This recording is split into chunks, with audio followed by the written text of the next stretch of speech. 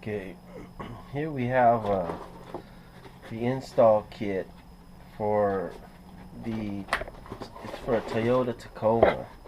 Customer was complaining of some noise or possibly bearing noise.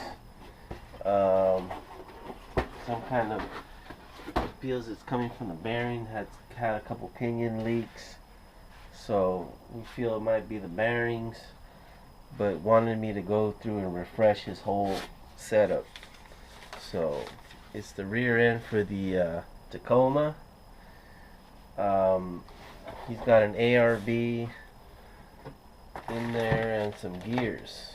Alright, so we're going to open up all these bearings and kind of get everything taken out here. So this would be our pinion bearing. We have our two carrier bearings here. We'll get these out. Here's our depth or position bearing and race. We get this out, and the other carrier bearing. Okay, so we got the two carrier bearings, pinion position, depth bearing. We'll get rid of this, and our outer preload or pinion bearing, which I almost feel this one's the one that was making the noise. Okay, so also in the kit we have some Loctite red, a little brush, a little spout for our gasket maker, our silicone, and looks like some gear marking compound.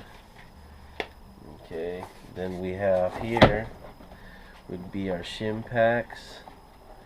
See if we can get these out. So if you do this often, it's always good to save whatever you don't use so you have a better adjustment for the next time you need to do the same kind of job. Maybe you got another Toyota job you need to do, and you'll have some backup shims, which I have plenty. I've done a few of these. So let's get rid of this trash. We'll unbag this stuff here. Over here we have the crush sleeves, but if I'm correct, I think the customer had a crush sleeve eliminator installed. So we're going to get rid of this. We're not get rid of it, we're going to set it aside. So just in case you don't, we can use these. And I think it's two different ones. One might be for the rear, one might be for the front. Sometimes the kits are somewhat universal, but not really. Just depends on which kit it is. So here's the pinion nut. We'll get rid of that. Not get rid of it. We'll put it aside. Save it. And we have our pinion seal here, and there's something else under there. I'm not sure what it is, but let's take a look. Okay. A little hard to get off. There we go. Put that trash here. Okay, so it's more shims and another set of shims and our pinion seal. So that's everything we need to replace all bearings on this diff.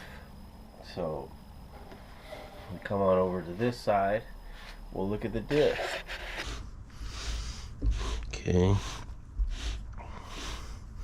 So we go the other way.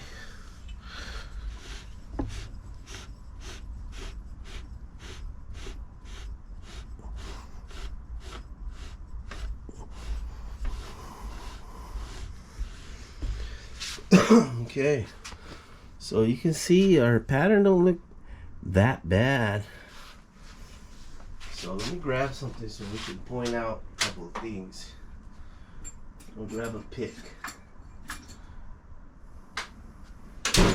Okay, so if you could see, you know, the darkest side is a little high. So if we were to drop our backlash, that might move just a little lower, which would be nice. You know, then it's not riding off of the heel of the gear. And that could be what's causing noise, could be a possibility. You know, but if you look, it looks nice and full. You know, sometimes it's hard to read a used gear. Even on the coast side, it doesn't look too bad. You know, the coast side seems to be okay. Not too bad. Might be a little lower. So all in all, the pattern does not look that bad. Maybe a little bit of drop in backlash I might have to do. But other than that, I mean, I don't see any funky wear. And when we pulled it out, it didn't really seem like there was too much metal or any of that. It was a couple shavings, usually from break-in or just everyday use. He said there was kind of some sludge in there, but that could have been water getting in. You know, maybe it didn't seal properly when he installed it, or maybe sometimes water might have just slipped in somewhere.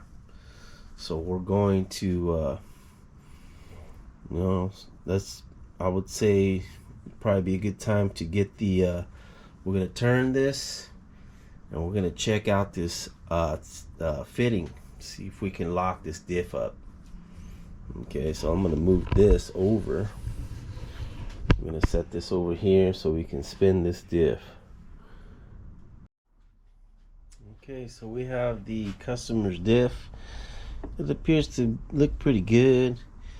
It's an ARB. I forget the ratio. We can calculate it a little later. It's, like I said, it's making noise, so we're gonna check backlash on it. Before we pull it apart, we want to check everything. Maybe so something used, you kind of want to return it as it was. You know, it's got a nice ARB. The line is run nicely, as you can see. It's got nice clearance. Everything seems about smooth. I don't see any crazy metal. It feels to run smooth. So we're gonna check our backlash and run a pattern, kind of see what we got. So first of all, we're gonna bring down our gauge for backlash. So let's see if we can make this slight adjustment here.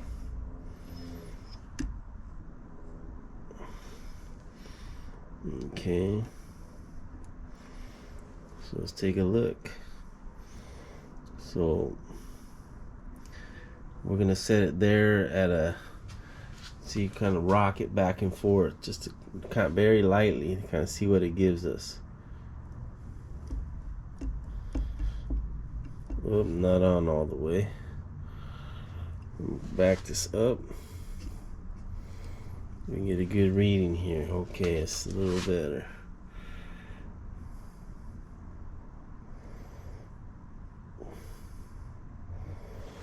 Okay.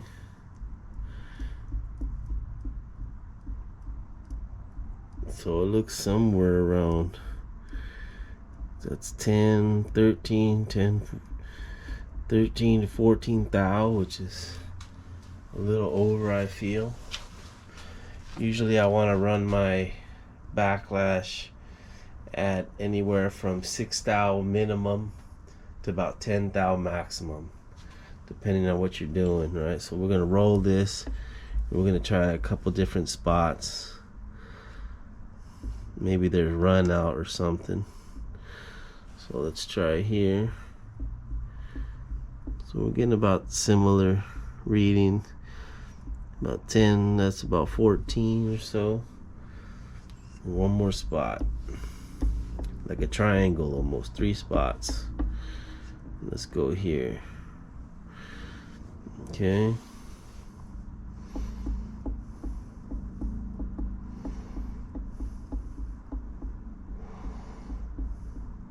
So that's more like 12 to 13. So our low number would be 12, high number would be 14. So 12 to 14 seems a little bit on the higher side. So I almost feel like my pattern when I mark it, when I put gear marking compound, it's going to show it high. So I may have to drop the backlash a little when I put these new bearings in. I don't want to move it too much, so I don't want to disturb what's already broken in.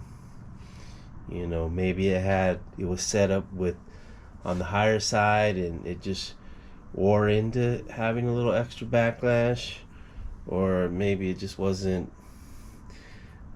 set up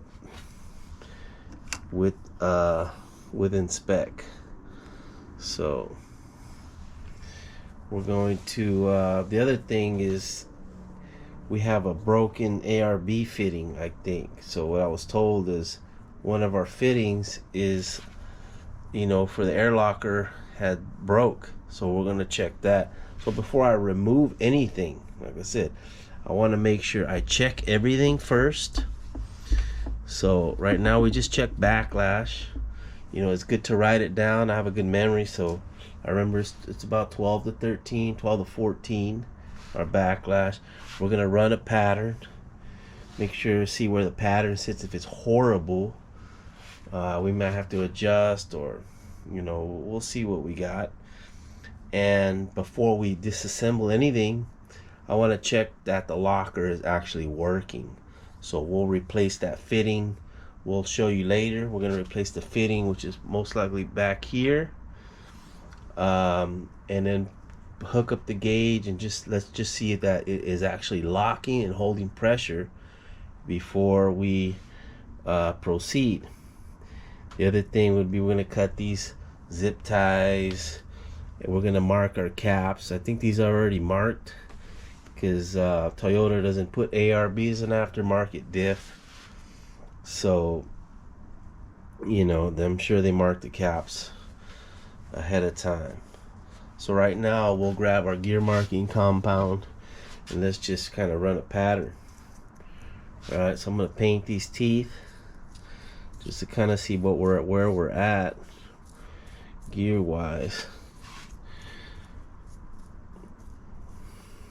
Okay, so I'm going to paint a couple of these teeth. We're going to run it. Excuse me. So one thing is, when you're running pattern or checking backlash on a used diff, it's very light. Everything has broken in, so sometimes it's a little hard to get backlash. You know, you might sometimes need somebody to hold the pinion and tie it with a rag to actually add some drag to it or some preload so you can check those things. You know, so we're gonna move just like we did our backlash. We're gonna do like 2-3 different spots, maybe like a triangle, right? So I'm gonna come here, already marked that, because I kind of want to see where I want to see what the whole gear is doing, not just one part of it. You know, you can have a low spot and not know it, and that might be something that could damage your gear. So it's good to kind of run through the whole gear and check it all. So we're going to paint both sides, the drive side and the coast side. So this would be considered a standard cut gear, meaning the gear it's a low pinion, usually in the rear. Gear's going to drive off the concave side, which would be this side. When you decelerate, it's going to ride off the other side. So our drive side, which would be the concave side, this side, is most important. So now we're going to move down. I'm going to paint our last section here, and then once we come around, we'll be able to see what we have or what we're working with. So let's do that.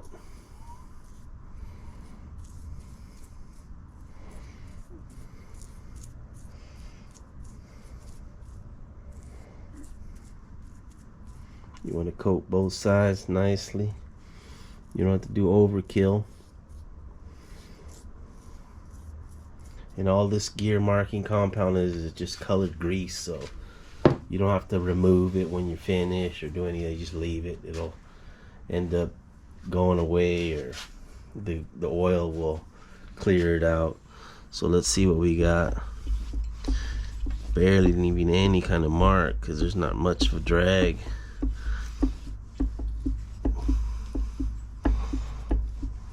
Actually, the drive side is looking, it doesn't look too bad. So you see how it's pretty full there? Doesn't look too bad. You know? So I'm gonna pressure the gear with a rag, see if I can add a little more drag to it, so I can get a better mark. Usually I'll do this to the pinion, but I'm gonna do it to this gear because I'm using the pinion to spin it, because it's such light preload. Okay, so we've turned our housing sideways. You can see here our line is kind of poking through right here. So my fitting, I'm gonna clean it a little bit. Give it a little clean with some brake cleaner, make sure everything is fresh. You know, I probably should have inspected this before we started. Make sure there's nothing cracked or anything like that, since the other piece had broken off. But I have spare pieces, you know, so I'm just gonna wipe this one down a little bit, a little grease on there, some chunky stuff, you know. So you can always use some Teflon tape or silicone to kind of seal it off when you go to thread it back in. Alright, so it don't look too bad. Okay, so we're gonna probably put a little Teflon tape on there if I have some laying around. I'd rather use silicone, but I'll just use some of this. This works just as good. So we're gonna put some of this on there.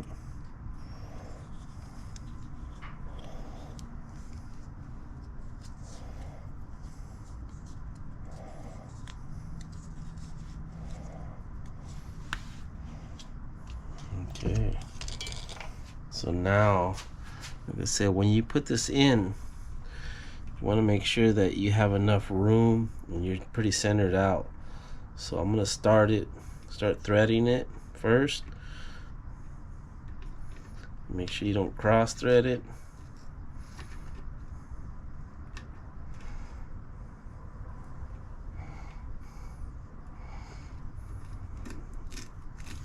There we go. Get a little wrench for that. It's already out.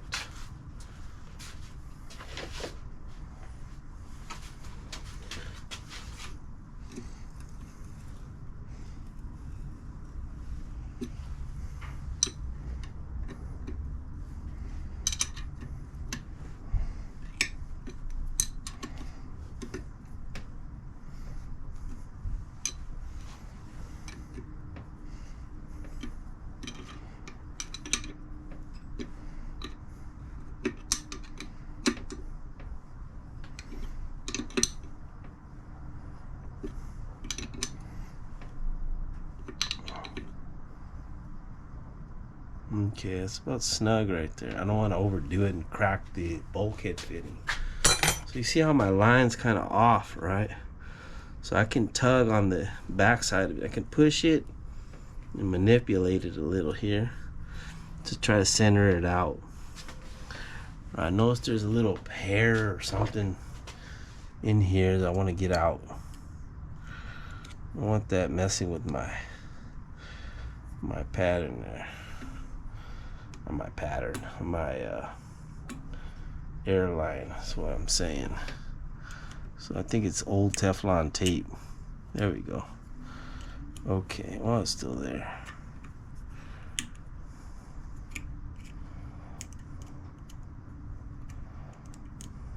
What a pain in the butt. Okay, there it is. Got it. Okay.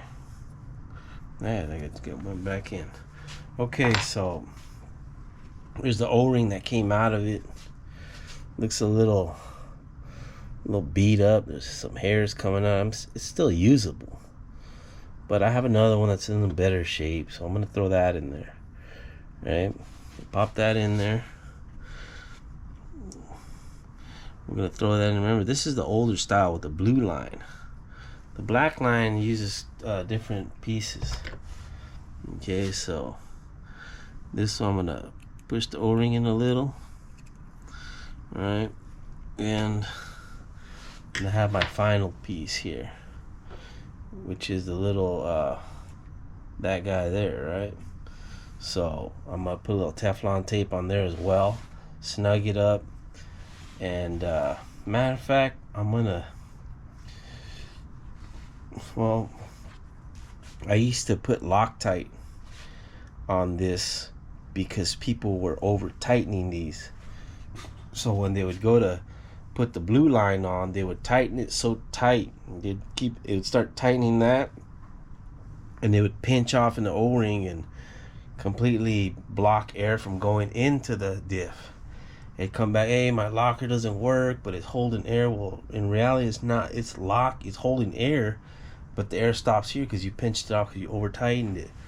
So I always check that first, you know. So we're just gonna put Teflon tape. I know the guy that's gonna install this, and I've already told him about that, so he's probably not gonna get carried away with tightening things. He knows better. Okay, so we got that Teflon tape on there, and we're gonna pop that guy in. So I'm just gonna start it first. I'm gonna grab my wrench. Let's see where it's at.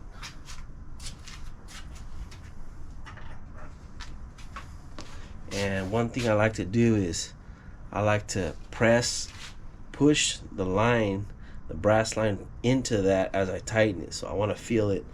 That way I know it's in there. I'm not putting that in there, pushing the line out, and it's not gonna do anything.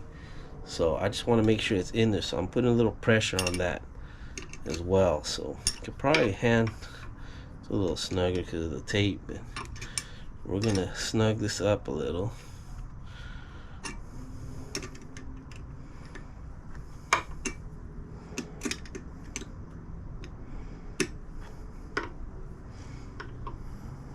Okay, so that's about snug. So now we're gonna give it a little more tightening here. Not too much, but enough.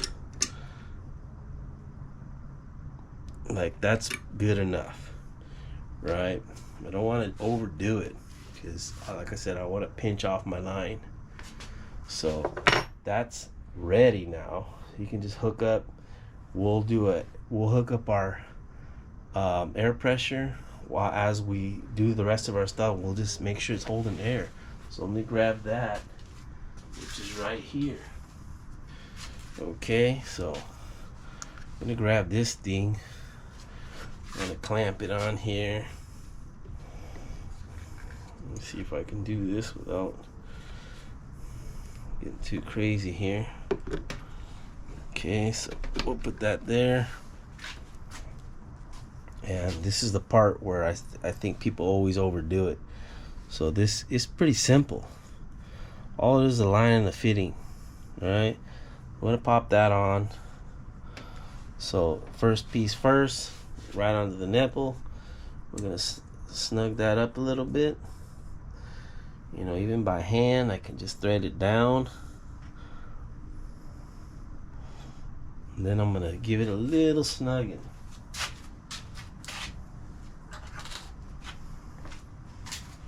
So I'll give it just a tad right here. And if, like I said, if I get leaks, then I'm gonna have to start adding Teflon tape and all that stuff. So sometimes I can get it without having to do anything here. So let me hook up my air to that. Move it this way a little. Close that valve. And let's see if it holds.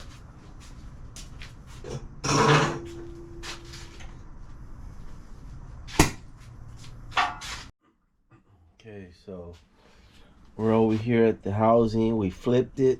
We're looking at the bulkhead fitting. I guess this was the piece that had broken off. So I got another one.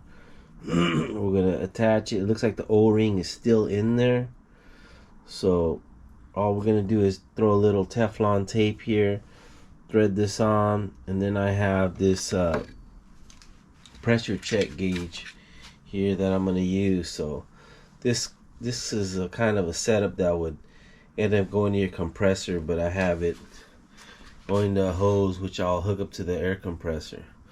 So let's get this piece going here. So I'm going to add a little bit of Teflon tape to this. And you can use silicone too, but since I'm just doing the test, you know, I'm going to go for the Teflon tape. But I may just use Teflon tape anyway. It works pretty well. Okay, so we got that going. So we're going to thread it on.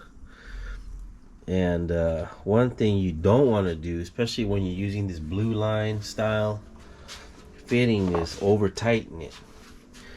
You over tighten it, it could pinch off the copper line and make you think it's holding air when the air stops right at the O-ring because you over tighten. You just want to snug it up. So thread it in by hand first, and then you're gonna give it a little snugging. So right now it feels tight. Give it just a tad more, maybe that much. About that. Make sure it's sealed off. I didn't overdo it. So we're gonna grab our pressure gauge. I'm gonna attach that piece. So we go here. So it'll be blue line and a little fitting. Pretty smart of me to put a little bit of Teflon tape on that side as well, but usually it'll still hold air for me when I'm testing it. If not, if I feel I have a leak, then I'll probably come back and Teflon tape that. Okay.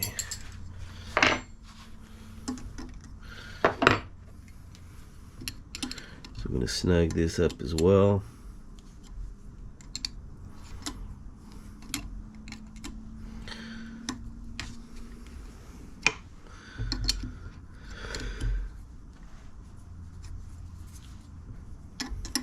A little snug. That's good. And then we're gonna grab the air hose.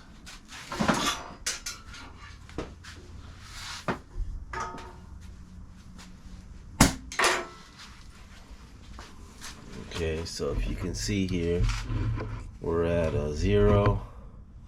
We got the valve closed. I'm gonna plug it in. So okay, and then we're going to open up the valve, let the air in. I hear it lock, but I can hear some noise. So you see how the thing's dropping? That means we got a leak somewhere. So let's see here. See if I can hear it. Now I got the valves open, so I'm just trying to listen for some noise, which I'm not hearing anything. We'll drop it. It's a slow leak. Usually slow leaks means it's the fittings. Could even be an internal seal. So we're gonna roll this over and see if we can diagnose this leak.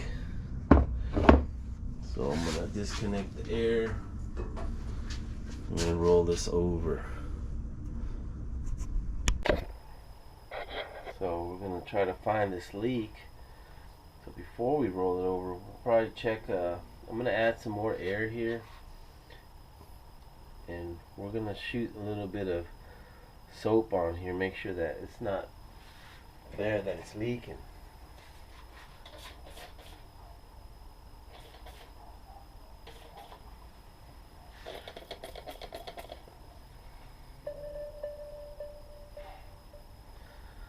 I see little bubbles, but not really. Doesn't really look like it's coming from there.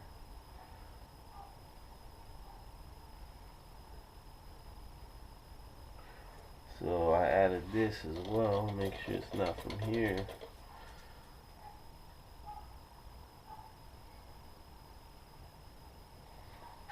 Okay, so right now I'm at 120 psi and the leak's not in here, so it's got to be on the either O-rings or the bonded seal. So let's lock this up, disconnect it, which is weird because now it's not leaking. I take that off, and we didn't really do anything. If you can take a look, it's kind of holding air, but if I turn this pinion, it might start leaking. Nope. So if you look here, I can see this bubbling it up. So that might be where our leak's at. Right here, I'm probably gonna have to redo that. Okay, so I had to change the old one out to the new one, so I guess it didn't seal too good. So I'm gonna re-tape that. Okay, so let's start this over. Okay, so now we fixed this fitting, put a little more Teflon tape. We're gonna re-hook this hose up. Let's see if it's holding air this time. So right now we're at 0. Valve's closed. Put some air into it. Let's unlock that or close the valve, disconnect the air. Seems to be holding. We'll keep checking. We're spinning this, see if anything's moving. Seems like it's staying about okay. It's not really moving, just right under 120. Moving this around, moving these lines around.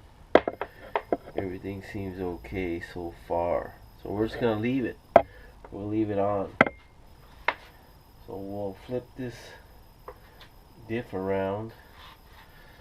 Clamp this here, and then we're gonna check the other side.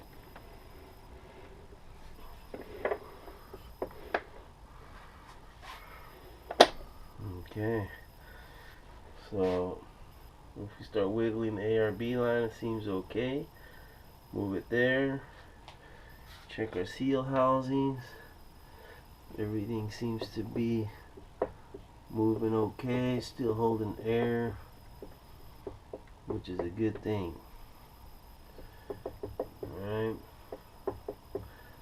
so we can move on here. So we're going to leave that gauge on there, just holding pressure. So it looks like it's sticking in the same spot. Everything else looks okay. The line looks nicely bent. I'm going to cut these zip ties. Looks like the caps have already been marked. You can see 2 dots there, 1, 2 there. So probably don't need to do that again. Same here. I got a dot and a dot, so we got to match those caps up. But we're going to carefully remove all this stuff. So that means we're going to eventually have to disconnect all the air lines and all that, so we can get the diff out and check these bearings. But it kind of does look like there might have been some water in there. You can see all this rust color, like brown color. Usually that's from water getting inside, you know. And if you look at the bearings, they look a little brown. Everything's looking kind of slightly brown, you know. And it's not oil. The oil is slightly brown, but just kind of like a rust color in here as well. So we'll clean all that up, switch out bearings, maybe drop our backlash and see what we get. Okay. Okay, so we're going to start. We're going to cut these zip ties right now. Probably flip it, disconnect the line. As you can see, it's still just under 120, hasn't moved, which is a great thing. You know, for a minute we thought maybe we had a leak, but that's not moving. So that means we really don't have to pull the ARB apart. replace any kind of seals or anything. We're still going to retest it when we go back in to make sure it's locking. Everything's functioning like it's supposed to. So we're going to cut the zip ties right now. Grab some cutters. So we're going to trim. Get rid of these. We'll get some new ones later. Okay. Then we can roll this thing over here. So I'll move this over a little bit.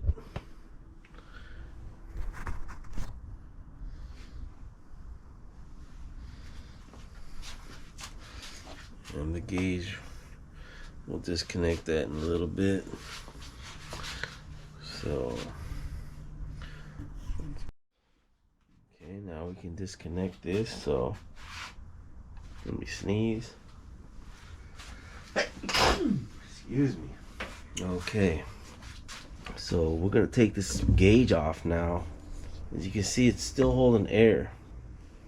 It's been a while, but it looks like we're good. So we're just gonna release the air, and now we can undo our fittings, and then we're gonna remove the ARB parts. So let's get the 7/16 wrench here. Let's loosen it up.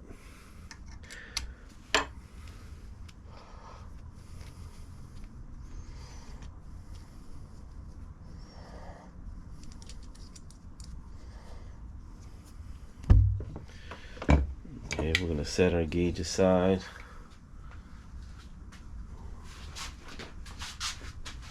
And that gauge you can just make from some AN fittings from Home Depot is what I did.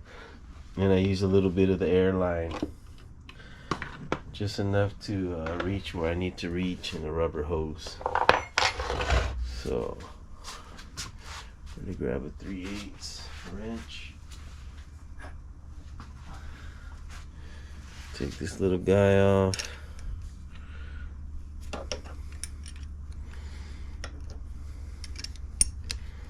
So if you ever need to order any of these fittings, they're called bulkhead fittings. You know, you can just look at the back of your ARB manual, and everything should be itemized for easy ordering. So we're gonna remove this. Inside of that, or next, let's get rid of all this Teflon tape. We'll put some fresh tape on there when we go back together. Okay, so in here would be an O-ring. So it'd be the copper line, which you see here. Then there's an O-ring, and then we gotta disconnect this bulkhead fitting. So once we take the bulkhead fitting, we could probably just come out with it, and the O-ring will come with it. So that's what we're gonna do. I think it's a 9/16 wrench we need.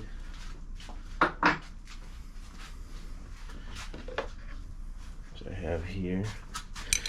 We're gonna undo that.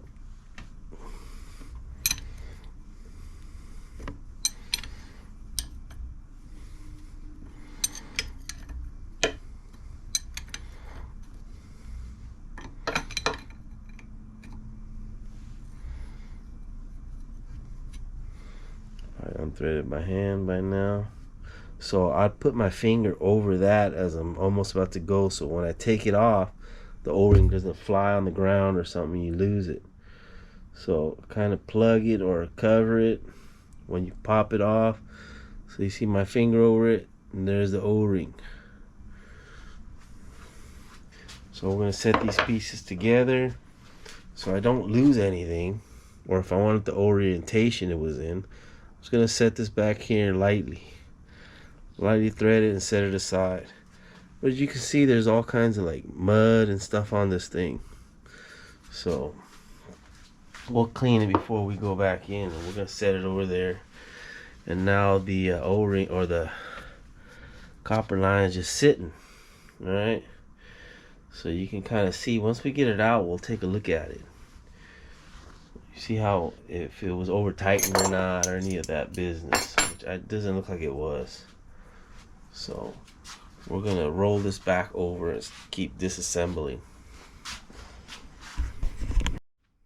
Okay, so now that we got the line disconnected, we can pop through. So when you remove a line like this, you definitely don't want to be wiggling over here, because you'll easily crack it or break it. If you can, you want to pull back, just get this out. So that was pretty easy to just slide it out. I'm gonna bring this up. You see how I'm holding with my left hand here? I don't want to wiggle that too much. So these are pretty easily bendable. So right now I'm off, right? So I kind of want to leave that to shape. I just gotta rebend it back in, try to keep the shape it was in. If not, we can always trim or, you know, make it work as best we can. So now that that is removed, remember, caps should be stamped. They're already stamped. So now we're going to come out. We're going to loosen these up. Okay, so now we're going to remove these caps. So we'll give it a little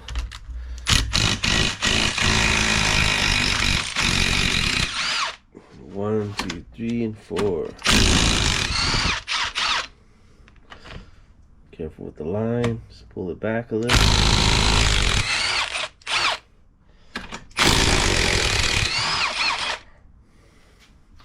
So another thing you can see is that our line goes straight through this cap. There's a hole there, right? So we kind of gotta wiggle it out of there. So might be easier if you you can maneuver the cage around it, this bearing cage, or you can just try to straighten the line out a little bit and just rebend it if you can.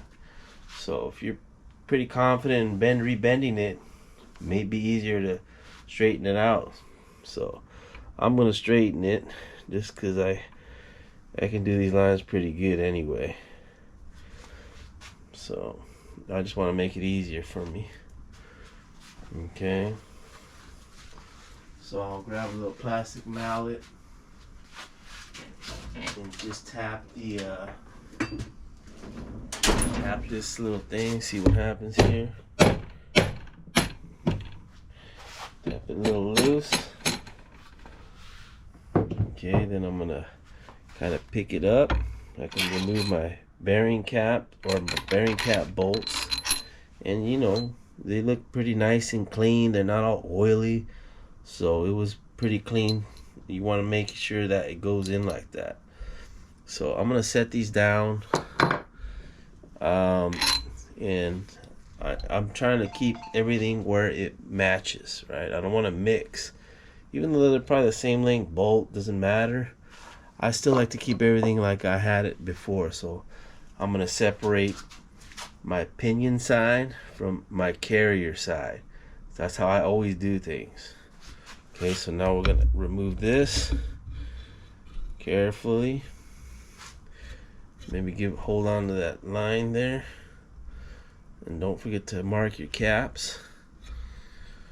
Okay, so I'm gonna set this down. Okay, so I'll put my bolts back in my cage like I had them.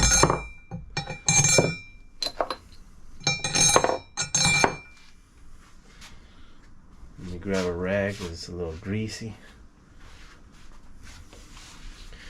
Let's take a look. So you see there's a shim here. There's a shim on both sides. And that's going to be for our adjustment. So if you want to adjust backlash, you know, like we have, if I recall, it was 12 thousandths to 14 thousandths backlash, and I wanted to have at least 10. So I'm going to try to drop it down to 9 to 10 backlash just to get it within spec, and it might help my pattern.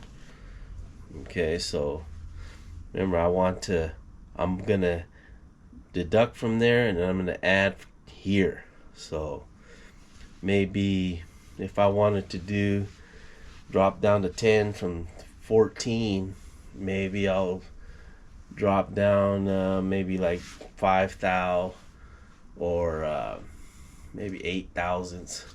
So I'm maybe 5 to 8 thousandths. I'm gonna remove from that side and add it to this side. That will push my gear closer to my pinion, which will close my backlash off a little bit. And this doesn't mean it's gonna give me the exact 6 to 8 or 5 to 8 thou. Usually when I do an adjustment, it gives me half of what I did. So if I was to take 10 and add 10, it might give me 5. That's kind of my rule, or based off of my experience, that's kind of what I went through. Okay, so at this point we can remove this diff, right? So what I don't want to do is mix anything up. So I'm going to pause right now. I'm going to clean the bench, make sure I have somewhere to put everything, because it's a little messy. I don't want to mix anything up, like I said. Okay.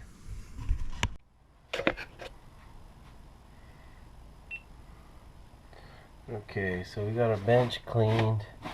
I'm gonna wipe some of this grit off, and we are marked here carrier and pinion. So I always stick to that carrier side, pinion side. That way I know if I put shims here, I know which side they are. I like to face this as if I was facing the dip. So now I can remove my diff, and I'm going to set it on my bench. So what I like to get my 2 fingers, and I usually press on my shim so I don't lose anything. So that one came out pretty easy. We're going to set it down and rest it. I want to be careful of my line. So if you have any shims and they fall out, like I said, put them to their side. Right side, left side, or pinion side, carrier side. Should always mark it just to be safe. And then I'll turn this way, and I'm going to bend my line. I'm holding here because I don't want to keep messing with it. I'm going to bend it up so I can tilt this down. Okay, and that'll leave me a chance to look at everything. The other shim should be under here, I think. So now we can kind of see what's going on with this pinion area. Looks like a little piece of silicone.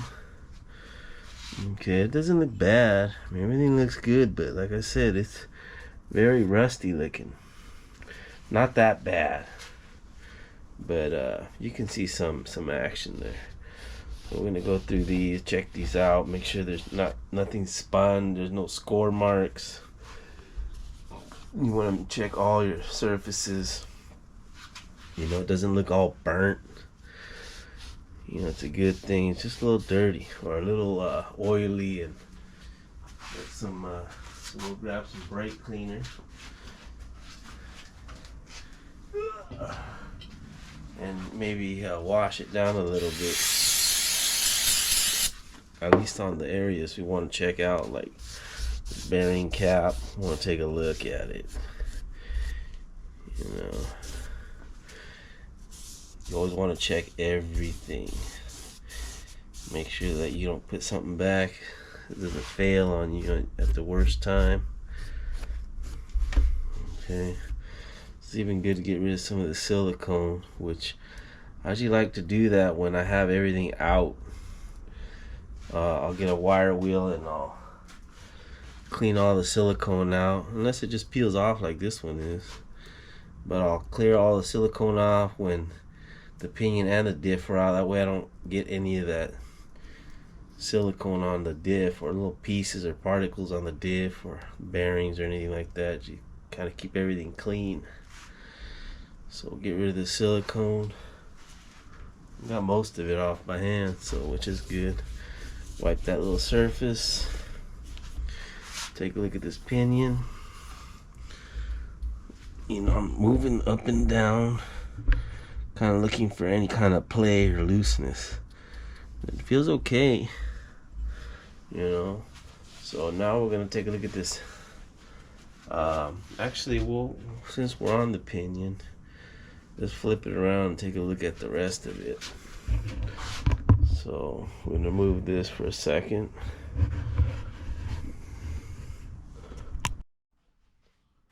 Okay, so we're gonna take this out. Got my impact gun here. You hold it.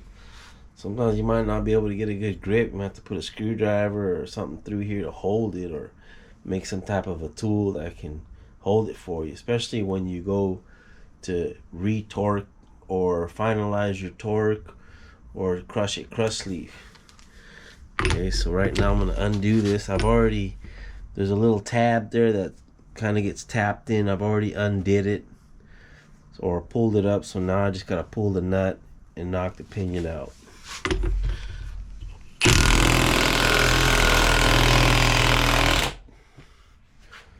That hurts the hand. Let me find a little rag I can use to hold it.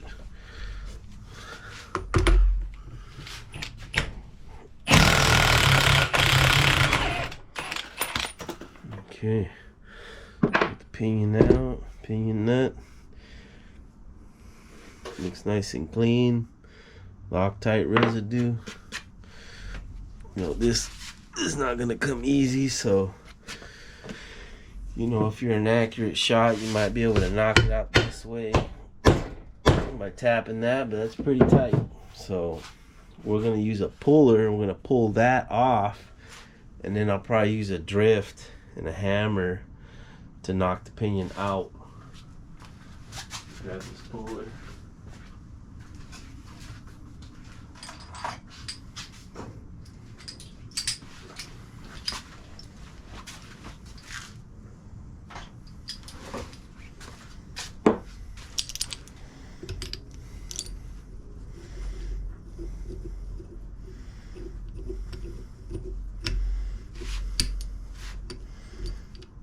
Let me turn it a little. That way I'm in a solid spot. I'm not right in the holes. Okay.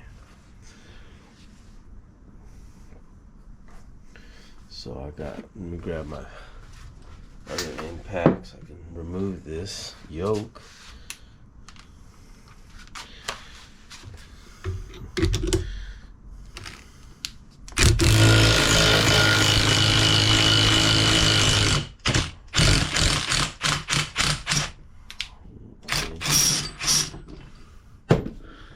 Get this yoke off. Looks pretty good. Set it down. Put this puller aside. So let's check it out. So when you inspect the yoke, make sure the seal surface looks great. It's not like all scratched up, big grooves. Looks pretty good. I mean, there's a line there, but that's usually from the seal, you know, wearing into it a little bit. Everything looks pretty good. So you always want to be careful of not damaging or dropping it or dragging it or just being careless about these seal surfaces, especially on your shafts. Anything that has a seal surface you don't want to damage, because then you ruin a whole part. It'll always leak. I'm gonna set that aside. So you see the pinion, pretty dry looking. It's got all the old Loctite on it, you know, which means it had a good lock. It's still nice and clean, not all oily, which is a good thing.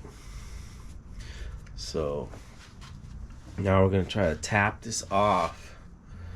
Let me move this over here so it's not so hard. If I can.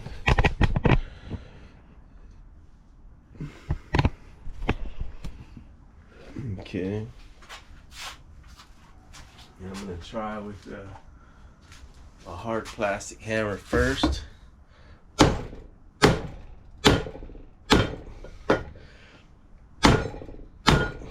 It's coming out, so as I'm hitting, I'm pulling. At this point, it's almost out.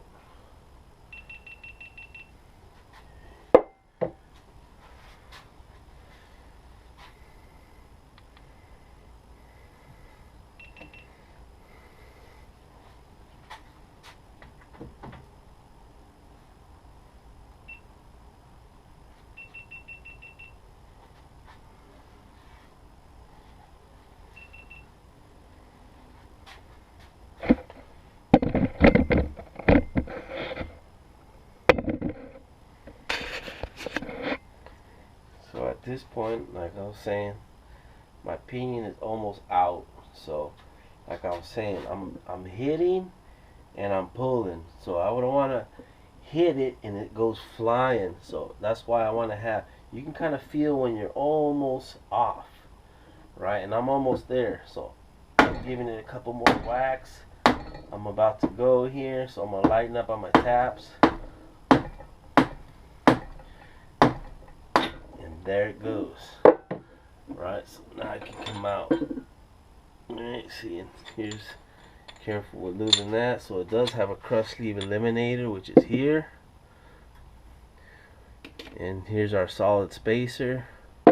Here's our shims. You definitely don't want to lose those. Want to keep those together. And here's our pinion, which doesn't look too bad either. Bearing looks a little loose there.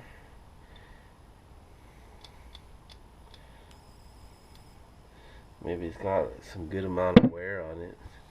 So we're gonna check out this other bearing. So let's see. We're gonna roll this.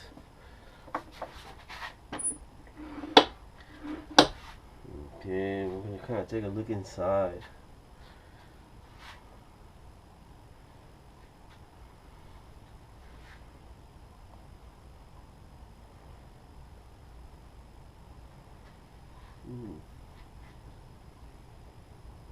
Okay, don't look too bad. A little sharp edge there. I'm not sure what that's about. It could be a shim, actually. I think it is a shim. So we'll take a look. Let's take a look at the camera. So if you look here, there's a little bit of a sharp edge. I think that might be a shim that could be slipping out, you know, which is not good. That means something's getting loose in there. You know, it can change your whole pinion setup. It can change a lot of things. So we're gonna knock all that stuff out anyway. So we're gonna redo these shims and put the same amount in. We're just gonna inspect the shims as we go. So now we're gonna roll it, look at the other side, get the seal off, and inspect that other bearing.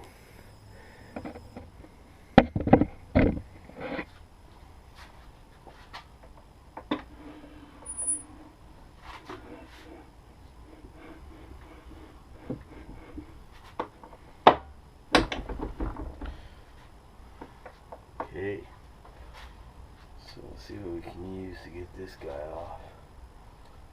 Sometimes I like to just use a heel bar. Heel bar seems to work good.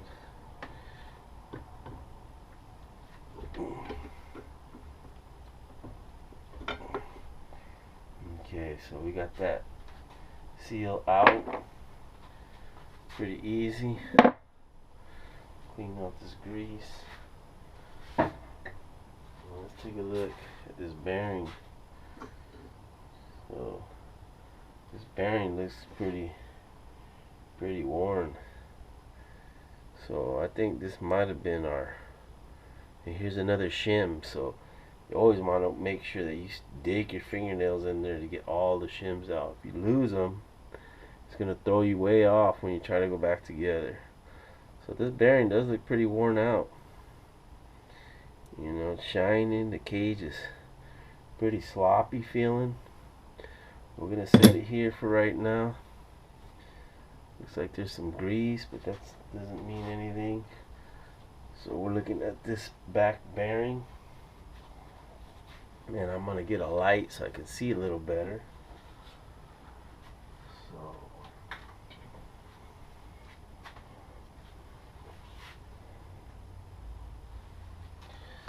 let me grab a little brake cleaner because I want to clean that area so I can really see it.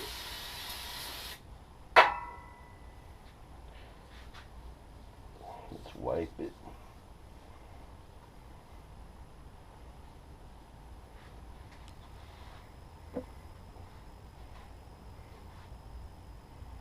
And I can see there's a shim that looks kind of damaged. You know, so bearing does look a little a little worn, you know, more than usual. Or, you know, I know this guy does a lot of off-roading. I may put it through its paces, but it should be able to hold up fine. So we're gonna clean up, change out all these bearings, knock out these races, and see where we go from there.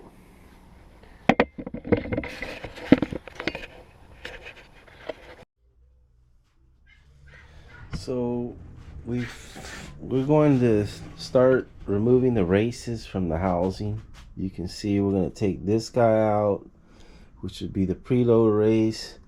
There's the one inside would be position or depth, pinion depth.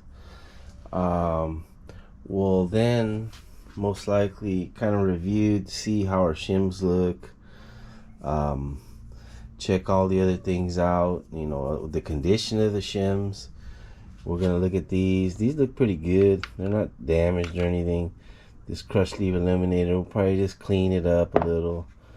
Same here, we're gonna remove all these bearings. I'm sure there's either a shim under the bearing or it's under the race, but I'm almost sure that's under the race. So we're gonna do that. Same here, we're gonna end up removing bearings to replace them. We're just gonna clean the shim up.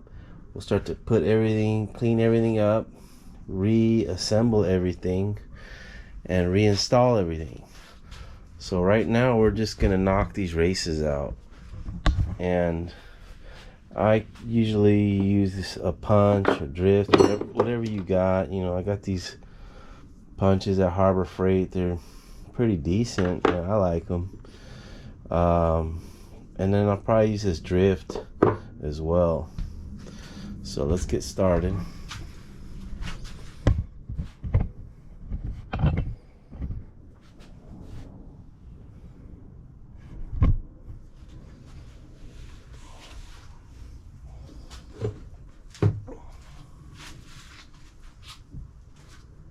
So I have a little mini sledge I like to use sometimes, but sometimes it's too much.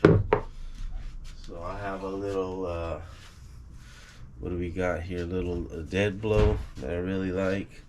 So I'm gonna knock these, this inner position race out first. So one thing I want to be careful of, like I said, there might be shims under there. If there is, you know, I want to make sure I know where they fall. If I don't want to lose any, or I don't want to damage them as well. So, you know, be careful of that. So we're gonna knock little here, you know, one side, then you're gonna go opposite side. So a few taps, you want to knock it out evenly.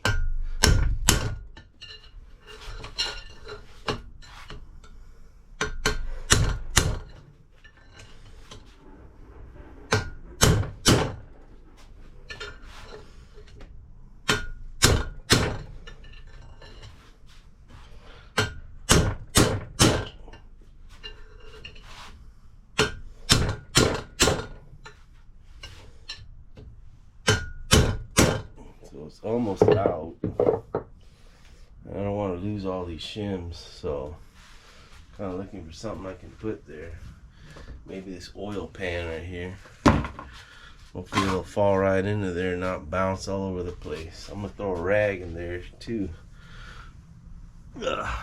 Okay, so the other thing I want to say is, whenever you're knocking out a race, you know, once you get it started and you have enough lip of that race, you know, to grab hold when you're knocking it out, don't take such an extreme angle like this, because then you're starting to dig into the wall of the race, the press areas. It's going to be, you know, those little pieces of bird or whatever that you're digging out can cause issue, you know, it might even throw off your setup. That's like a little shaving, might be a couple thousandths, you know. And then if you're doing setup, you're using a slipping race, it'll make it impossible to get in. You'd have to do a lot of sanding, and you just don't want to mess with that area so much. So be careful as to not put so much angle when you're driving something out.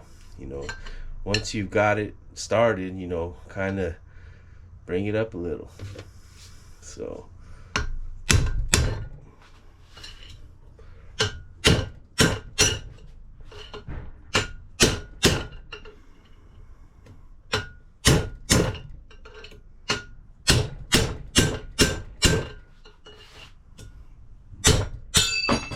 there it goes.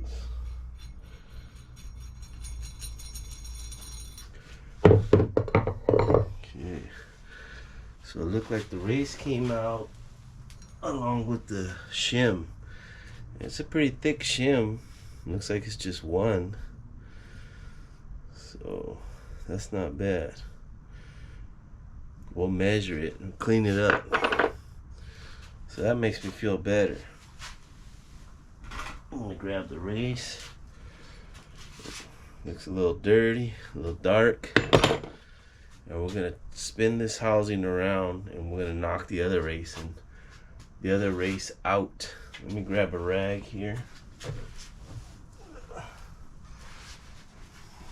It's good to have some rags on hand too for all this mess. And some gloves, which sometimes I don't like to use rubber gloves because it's hard to feel the thickness of the shim or separate them. So I like using my bare hands sometimes. Better be safe with gloves, but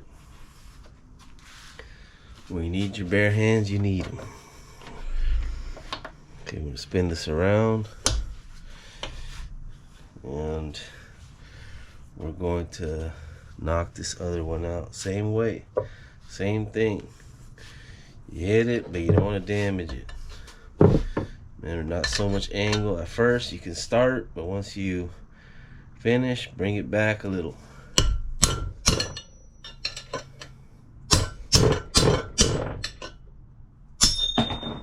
It came out. Okay, so we got our races out. Set them there. Get rid of this little oil pan, and we're gonna look inside. So I'm going to, let me bring you closer.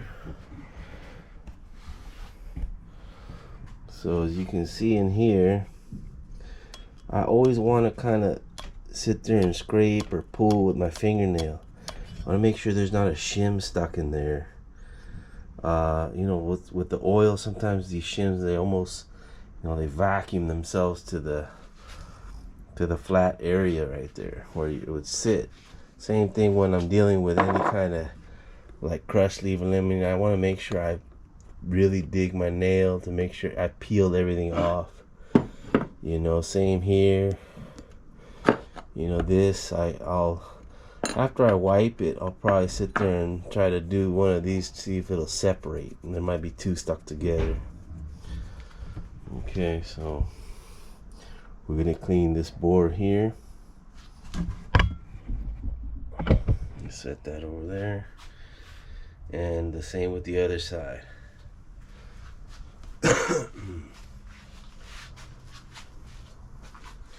Little brake cleaner and a rag.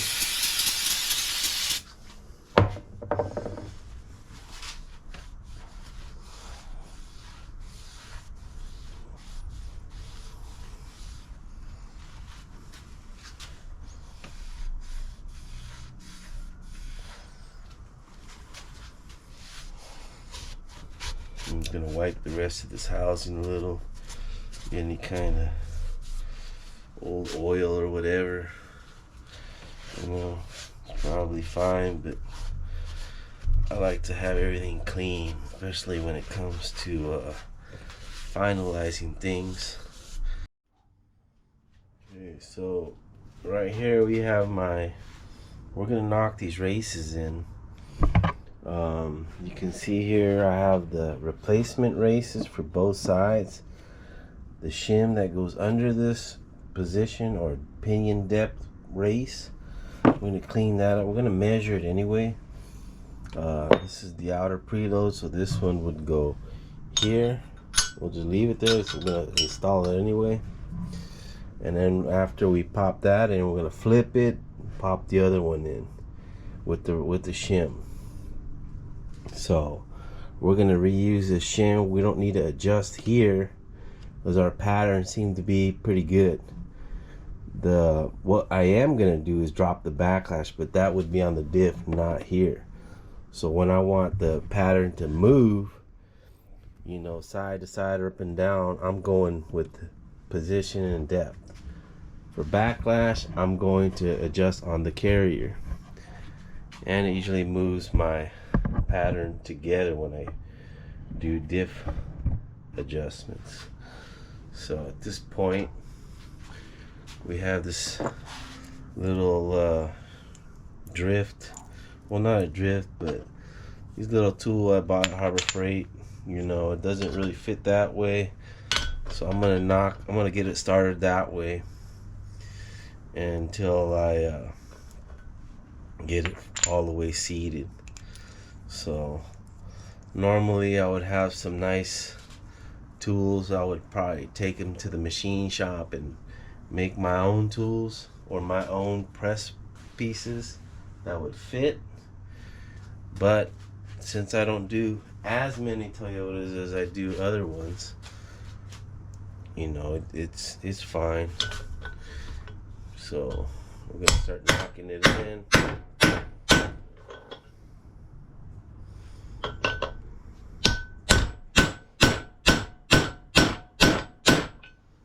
Okay, so it's already starting off kind of crooked, so I'm gonna use my drift to straighten it out, and then we'll come back with that. So you kind of see how this side's high, that side's low. All right, so I'm gonna knock on this side.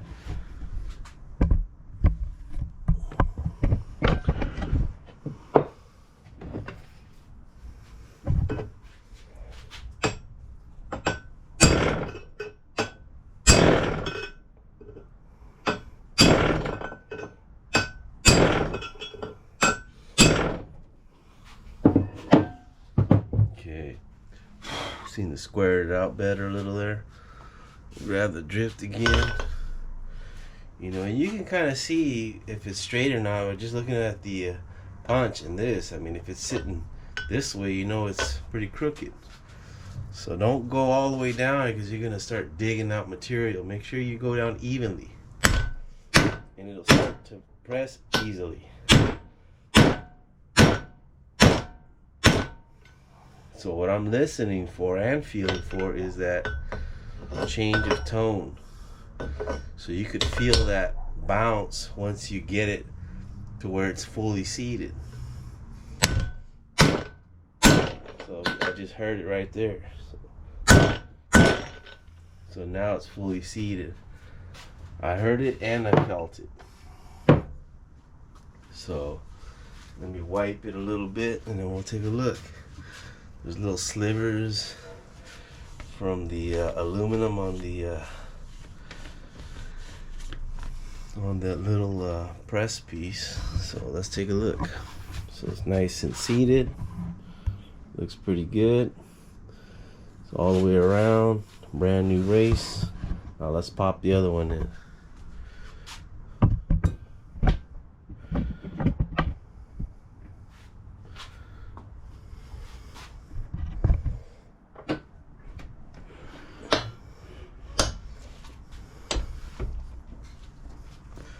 So before we do that, we're going to clean our shim.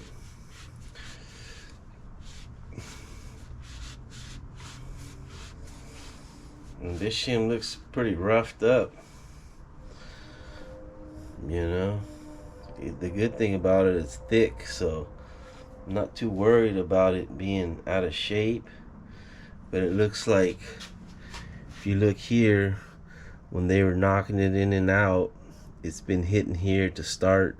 When you knock erases out, put them in, looks like it's been hit here a couple times. But where it's actually seating on the race, it looks pretty good. So that line right there is where it's gonna actually sit.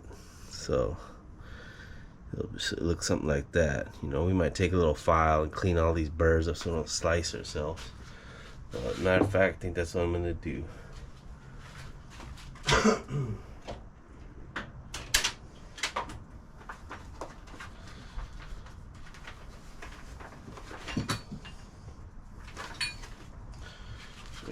file set.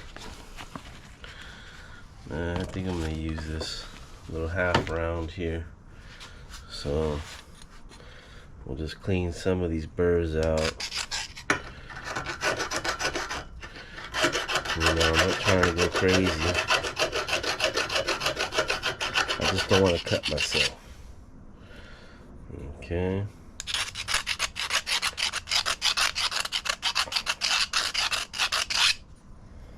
Even with some sandpaper will do. You just don't want to get any of the flat surface, because that's a certain measurement. Okay, so before I proceed to the next, we start trying to change bearings. Like I said, when it's empty is when I like to clean all the silicone out, or any kind of, you know, whatever funkiness I have. So I have this little wire wheel on my drill. You know, just depending on what I'm doing, I have different wire wheels for different things, but the wire wheel seems to work best, even on a powder coated cover and stuff like that. It doesn't really scratch it too bad. You know, a Rolock disc, they're a little harsh for this. I don't want to damage, I just want to clean or score up the area. So it leaves it pretty clean. I've noticed I've always used wire wheels and they work pretty good for this part.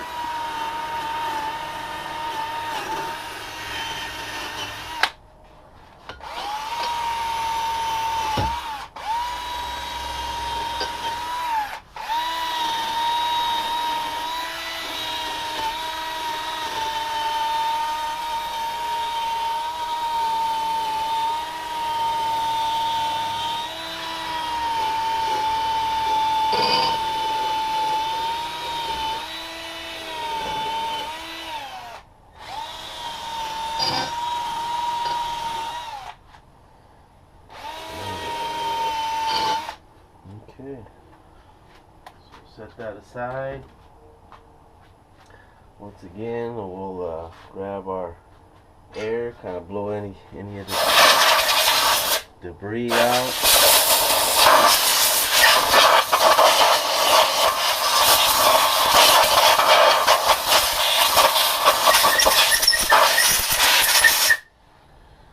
And should be good. So it's a good time, like now, like if you wanted to flush your holes, you know, they're all full of oil. These are pretty nice and dry, so I'm not even going to bother. You know, I might spray a little brake cleaner towards the end, but it'd be a good time now. You know, blow them out, clean everything up, so when you go back together, you're not worrying about, you know, last minute cleaning. So I'm going to grab a rag here. I'm going to wipe down that surface. A little brake cleaner.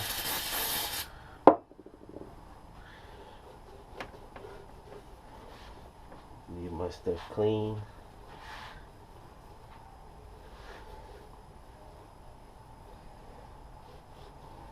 Okay. All the races, everything looks pretty good. And we should be able to go back together after we get our other stuff ready. Okay. So we'll flip this back to sideways. Get this back area a little wiped down. And then we're going to unpress this bearing from this pinion so we can knock that in. So let's turn this here. So we take a look here. We have our old bearing, our old race, our outer, inner. Here's the bearing we had. See, it's a pretty, you know, it looks pretty. Well, it's not so bad, but there's a, you know, there's some wear marks. It's a little sloppy and it's orange, or it's got a little bit of that rust. I'm sure if we wipe it, a lot of that color would come out. So you see that? So maybe there was a little water in there. So it's not too bad, but we'll go for a change.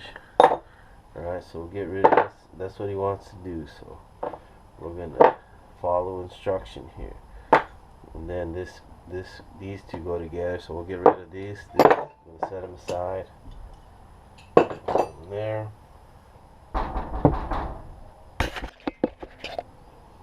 Okay, so we're going to use this bearing splitter that I like to use, and I'm going to put it right under the bearing. So we're going to take this over the press and remove it.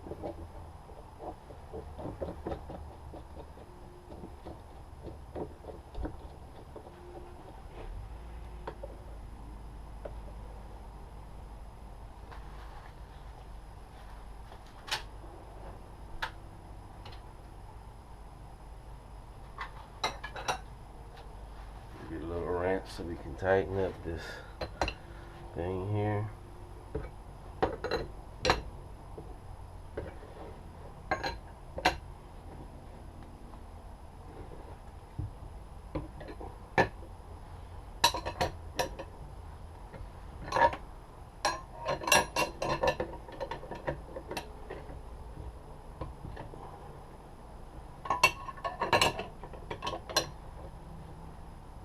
Okay, seems pretty good. I don't want to overkill it, but you can kind of see it's going to sit right under the gear and the bearing. There doesn't appear to be a shim under there. Shim was in there, but if you wanted to, you can at least add a shim if you were making adjustments.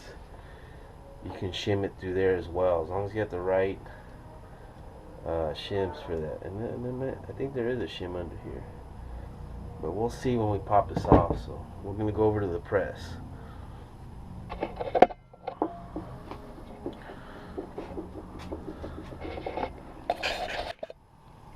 Okay, so we're over at the press. Let me grab my pinion. I'm going to set my pinion right in the middle of these two press blocks where the V is at. I'm going to try to line myself up and look for a solid piece to go from here to here while I press this out. Let me see what I can find. How about this? It looks, yeah, maybe something a little more.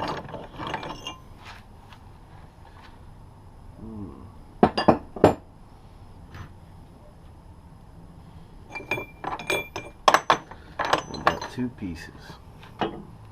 There we go. Okay, so we're gonna snug this up. We're gonna press this out. Let me slightly adjust this, move it back a little. Want to get a little better centered here. Let's see, that's about good. And we're going to, oops, went a little crooked. Let me loosen that. Okay. Come down, start giving it pressure, and it's gonna feel like it's gonna pop, but you know, just keep it going.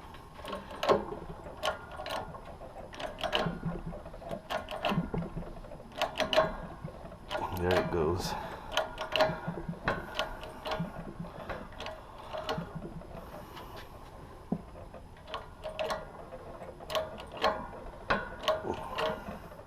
I think I'm wobbling the camera too much. Let me see if I can put this somewhere better.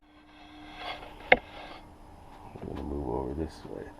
Okay, let's keep going. I don't know if you can see too well. Maybe we can get a light over here as well.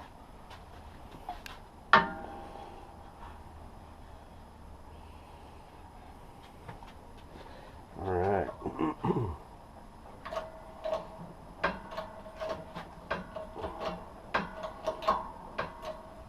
You can see it going down here. So I'm almost out. So what I want to do is, I'm holding on this pinion. I don't want to just keep going and just let the pinion drop and hit that ground. So what I'm doing is, I'm going to use my grip and I'm going to pull up as I feel it about to get loose. That way everything doesn't go flying. So once I pull up and I feel it pop, I can kind of relieve pressure, take my pieces out, lift that up, take it off smoothly without everything going like an explosion. So I'm going to keep going, a little upwards pressure.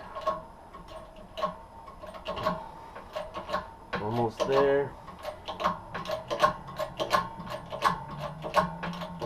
I guess I'm not almost there.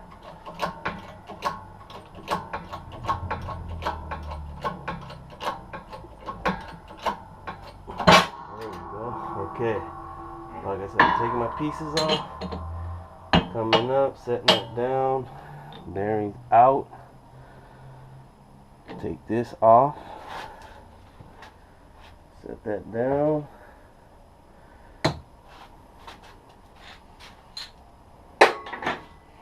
I'm going to grab my pinion. We're going to take it back to the bench.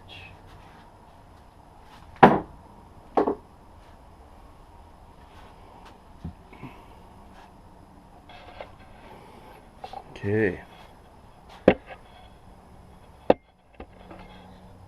So we have our pinion. And there is a shim under there. See that? I think. So I'm saying use your fingernails and dig in, because sometimes these things hide. I think there is. Maybe I'm wrong. That's probably just part of the yeah, I think that's part of the bearing.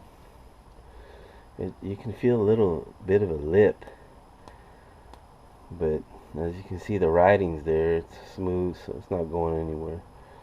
So the pinion bearing actually doesn't feel too bad. Pinion looks pretty decent. You know, we'll give it a little cleaning as well.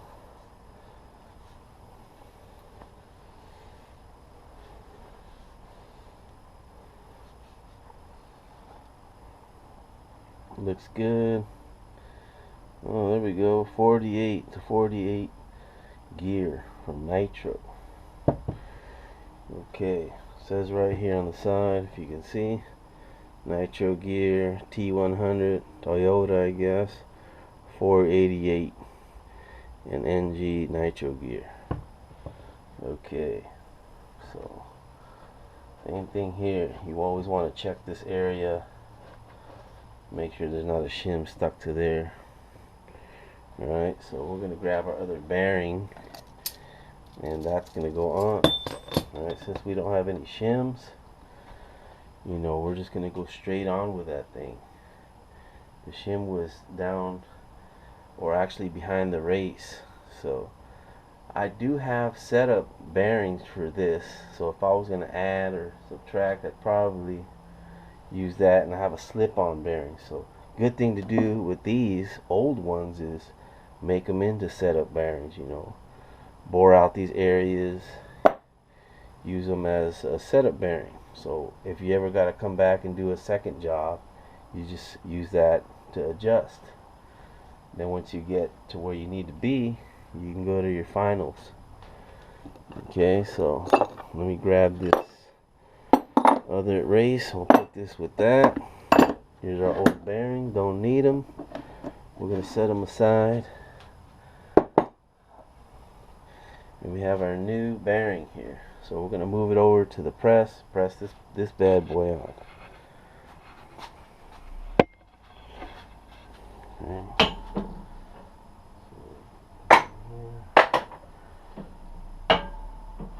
Flip this block. Move it over.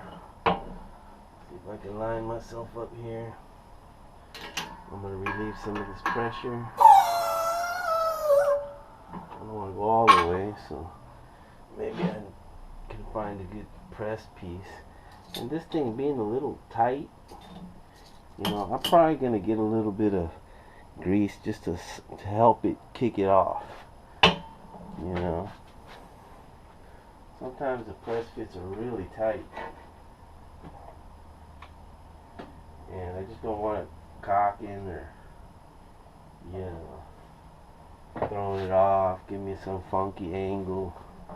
It's better to just kind of help it along. So just that little edge is all I'm really worried about. I don't need a go nuts and put grease everywhere. You know, that little bit is good enough. Let me wipe my finger over here. Okay, so the next thing I want to do is find something to press it with. So I need a cylinder, some type of cylinder tool, like a piece of pipe here that I use to press other tool or other pinion bearings. Let me see if I'll clear. First I gotta see if I'll clear this. Looks like I can make it there. Probably need something. Actually, it'd probably be about there, so it'd be perfect if it clears this. Well, it looks like I'm in good shape. If I look through there, I got room, I'm not moving. You can kind of see there's room to go. So we're going to use that press piece. So it's good to save little pieces of pipe if you have, or whatever you can do. So I'm going to start here, and I need something to put over there. I'm going to lift this press all the way to the top, so that way I can use something on top of that. Something flat. Maybe not. Maybe two. Again.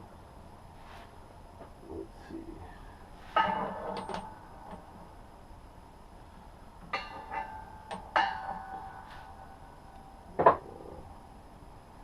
How about something like that? That might work. We're just going to start it with that. I'm going to grab something else. So let's go.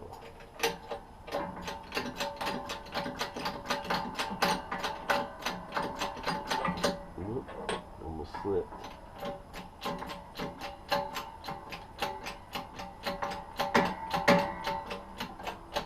Okay, there we go.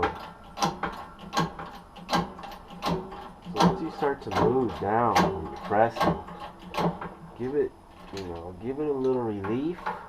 Once you feel it starts to press, I always want to spin that, make sure my tool's not hitting the bearing cage. It's free. I'm just pressing on the race of the bearing. I'm going to let go, and then not all the way, just so it settles itself.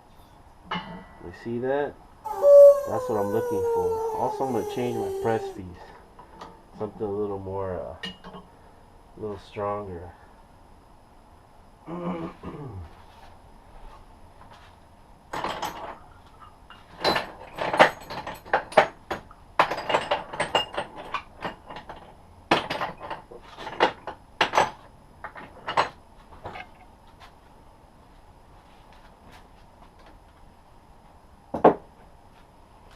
Okay, I got this disc. This will work. This is nice and hefty here.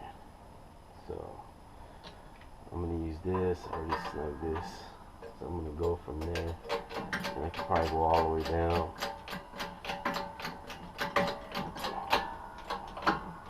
There we go.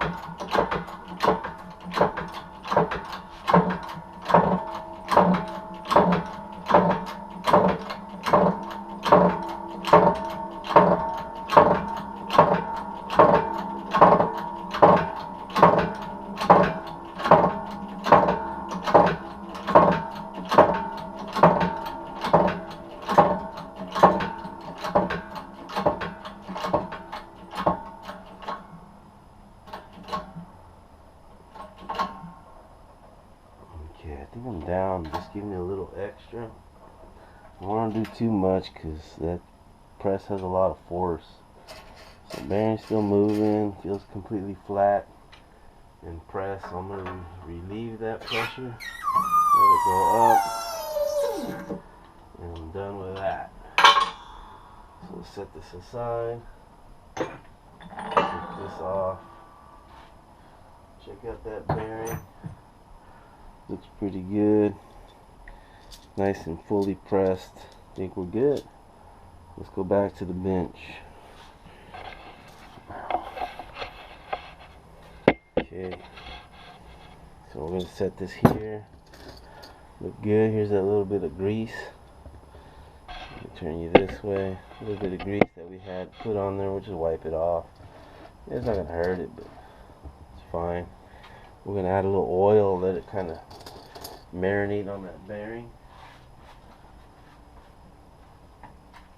So when we go in, it's a little, give us like a little pre-lubrication so we're not just gonna be all dried up there, and it might make it easier for you to get a nice reading when you go to check your preload.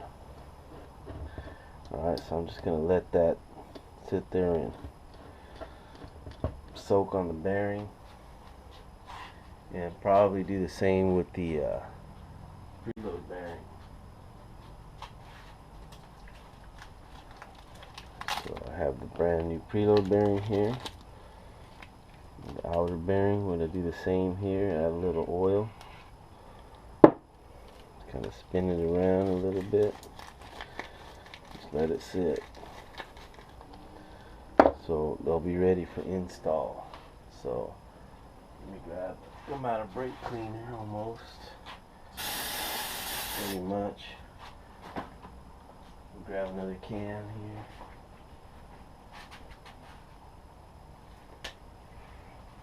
Okay, so we got our can of brake cleaner,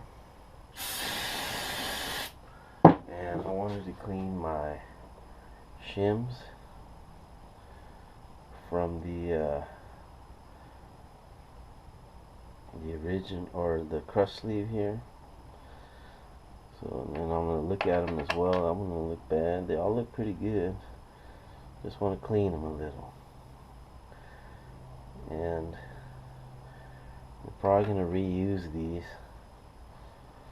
just as is.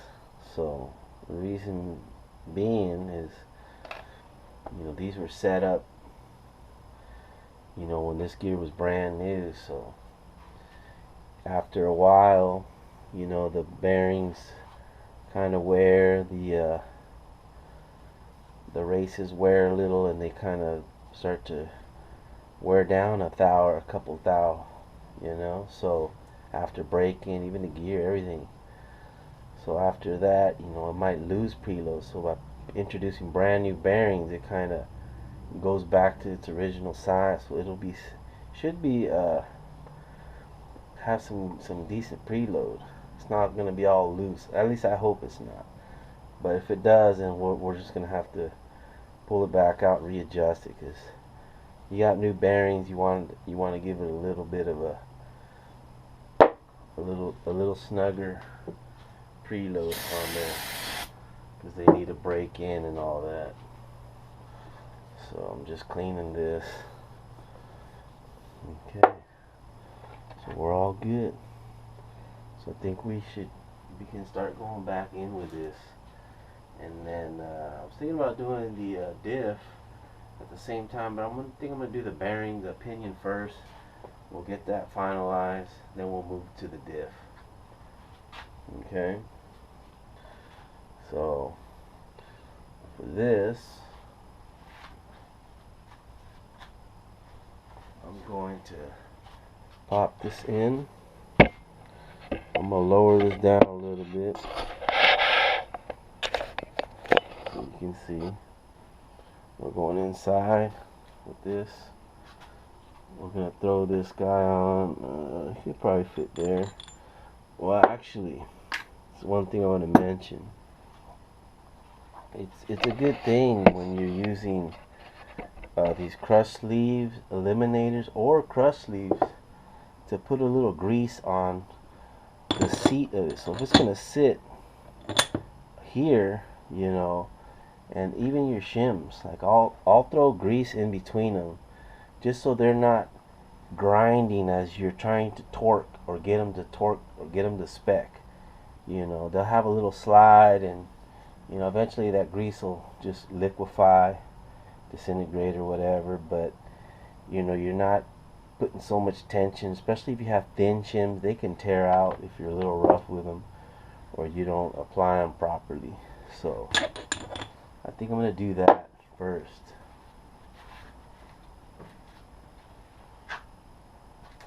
Okay, so I got a little bit of red grease here. which I'm gonna throw on that area there, you know, a little on this edge, a little here. That's kind of where it's gonna sit. Set that over so it slides a little nice and easy. I'm gonna get these guys and just kind of give them a little treatment there. Alright, pop that guy in, get the next one, you know.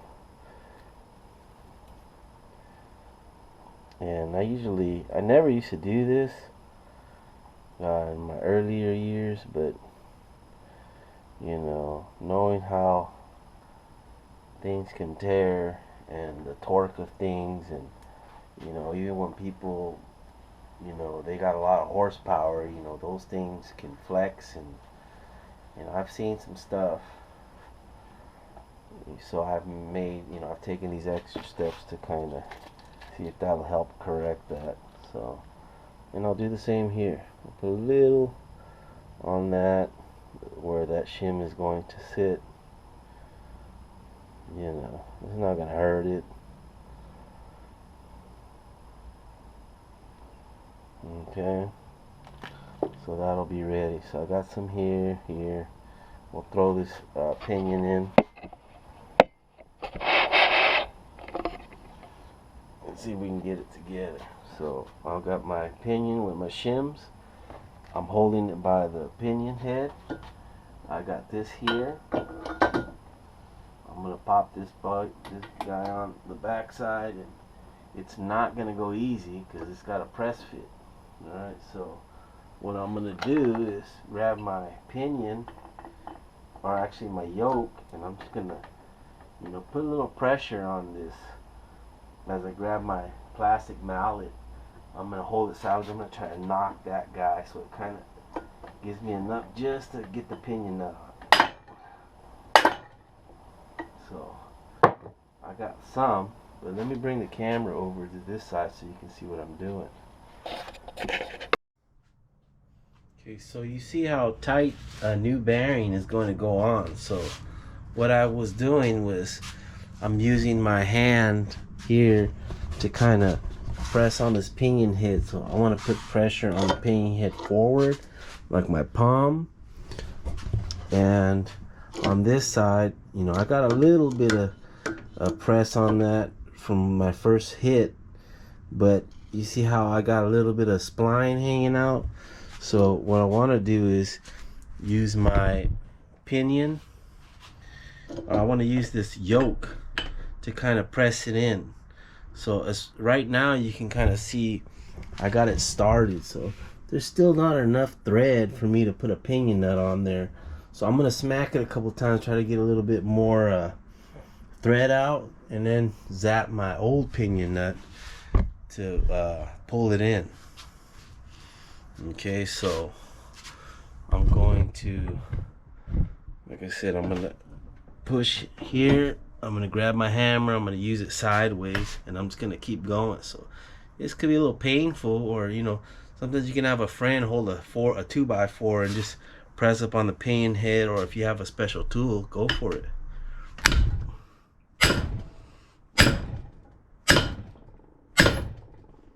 Okay, so it looks like I got some thread going. A couple more. So now you can see I got actual thread on there. So let me take this out. Okay, I actually didn't really pay attention to that, but there's splines there with two little keyways. So you want to make sure you line those up. I don't want to screw that up. I almost did. Actually, I don't think you need to. Okay, those just go on anyway. So what I'm gonna do is I'm gonna put this on. I'm gonna tighten it, zap it down, check my preload, and if everything's good, I'm gonna pull the yoke back off and install my final seal and all that. So I have a crush sleeve eliminator, which is already pre-shimmed up, so I don't need to give it a special crush and all that. We can do that on another video. But for right now, I can just zap it on. So let me finish tapping this pinion back in.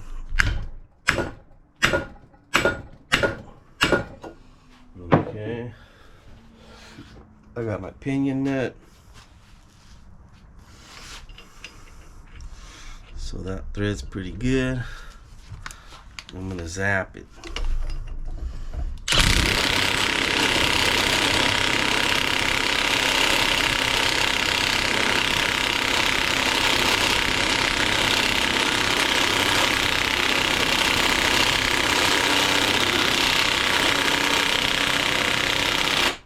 This is my weaker gun. Let me grab my other one.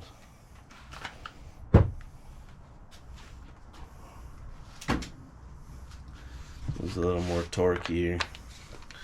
Not have to wait so long. I gotta put something in there because that, like I said, that hurts the hand a little. So I'm gonna use this, put it through here. Let me see, maybe I'll go the other way. I'll go here and kind of use that as a grip with a rag.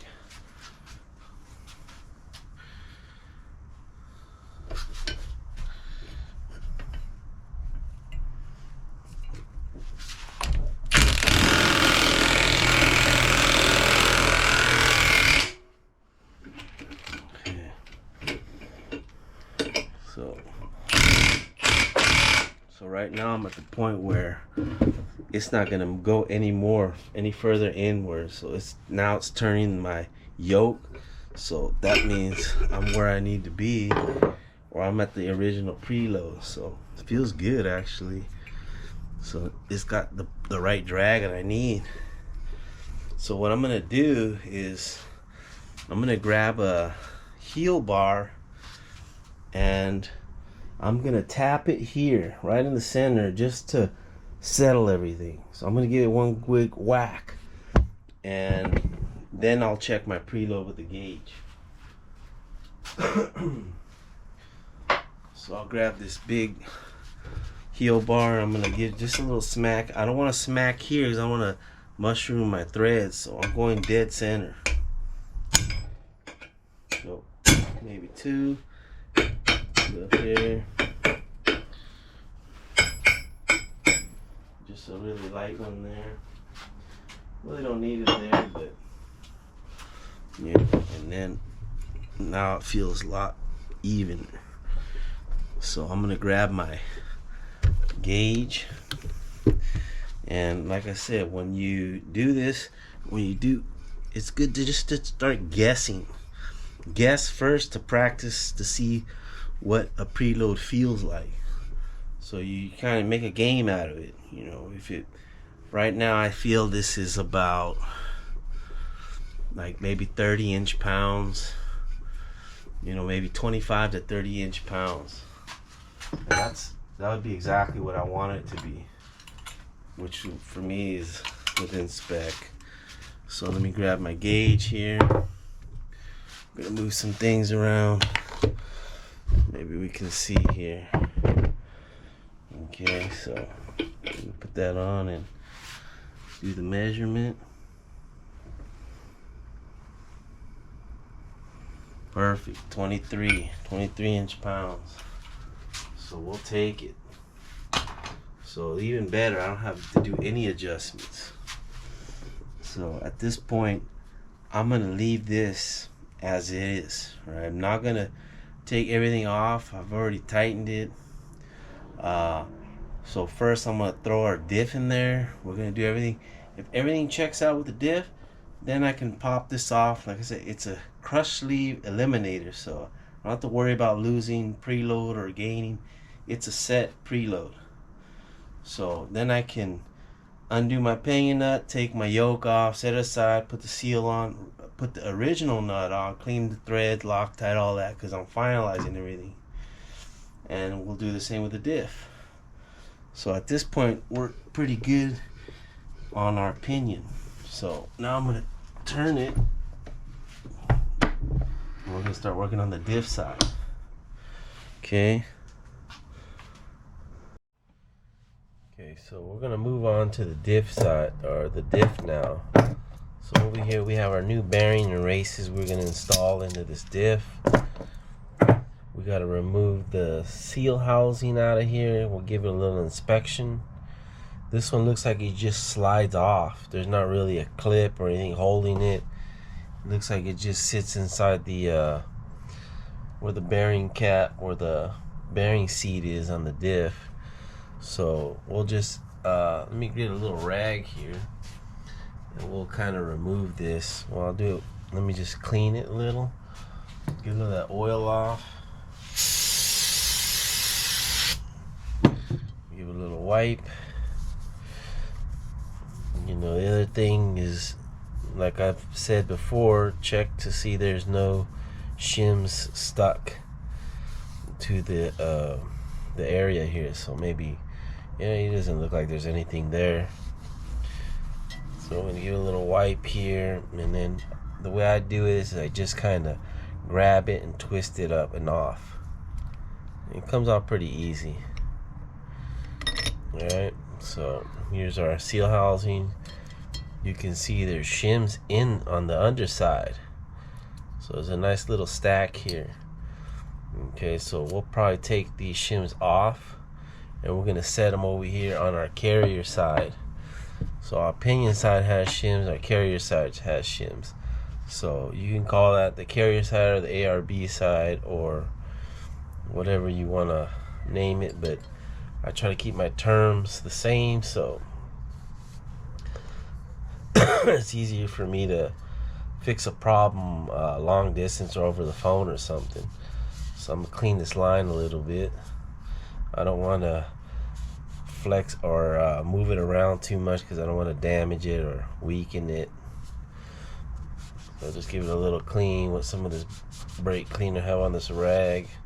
Just get a little of this oil residue off. You know, we'll take a look at the O-rings. They seem to be okay. Give it a little wipe. You know, I want to make sure I don't have any nicks or any weird stuff. And I don't want to wipe it with a rag. Definitely don't want to wipe it with brake cleaner on a rag, because that brake cleaner might eat up that rubber. Alright, another thing I'll do is I'll kind of blow through the little hose. You know, make sure if there's any oil or gunk inside the line, I'll get rid of it.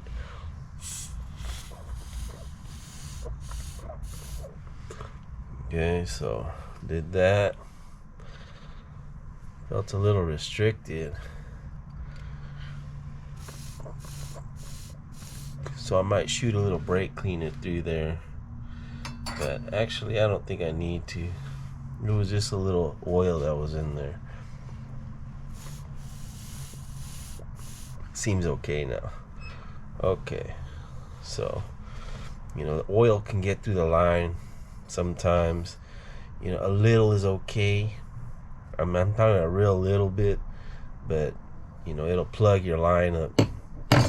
You know, then you got to remove the line from the compressor and, you know, clean all that up.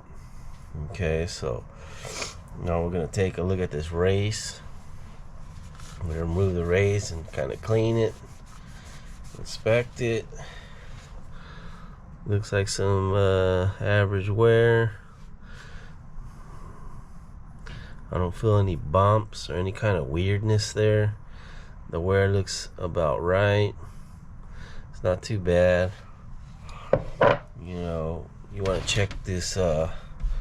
We'll set our races off to the side, our old stuff, and you know, you also want to check this ARB seal journal, right? So the seal housing sits on this journal. Now that's super important to be careful of that. You know, make sure you don't scratch it. If you have to, you can put a piece of tape over it if you're gonna be handling it and you don't want to scratch it. All right, so same thing when you press and unpress a bearing, you always want to be perfectly centered. You don't want to scratch it on the way in or the way out. So make sure you're super lined up there. When we're gonna flip it, it's okay, you can sit it on this top piece because it's not gonna, it's not gonna damage anything, but don't drag anything on the side. Like I said, if you're not confident, put some tape around it just to protect it. Or if you're gonna store it, you can put tape around it. So I'm gonna roll it over. So I'm gonna grab here. I'm gonna set it down right on that side. I'm gonna check this other side, or our pinion side, that's how we call it. So I'm gonna clean this race, see what it looks like. Pretty much looks similar to the other one. No weird bumps or pitting, any kind of heat marks, anything like that. So it seems to be okay. Both the races seem alright. Bearings seem okay as well, but we're still gonna change them. So at this point, I'm gonna go grab my bearing splitter and my puller, and we're gonna remove these bearings off of here. So I'll probably do this pinion side bearing first, which would be this side. And so I'm gonna go grab that tool.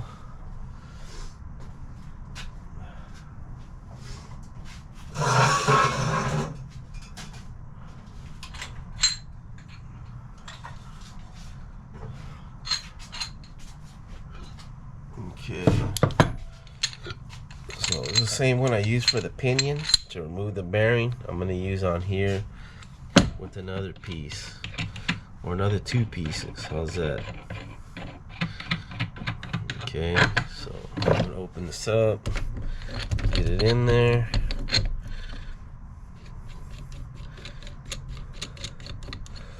We're gonna snug this up here in a minute. So one thing to be careful when you use this tool is if there's shims under the bearing, you don't want to crush them too much. Be aware of what's under. So we have all our shims on the outside, or like outboard type shims. So let me go get a wrench so we can tighten that up.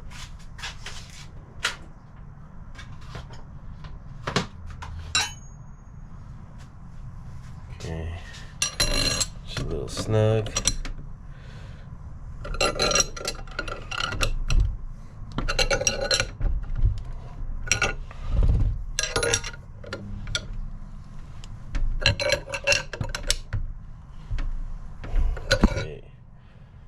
Then I'm gonna grab a piece to set in there, and then I'm gonna grab my 2-jaw puller to pull the bearing off. There's other tools they make to remove bearings and press bearings on. I learned with this tool, so I went out and got these, and it's what works for me.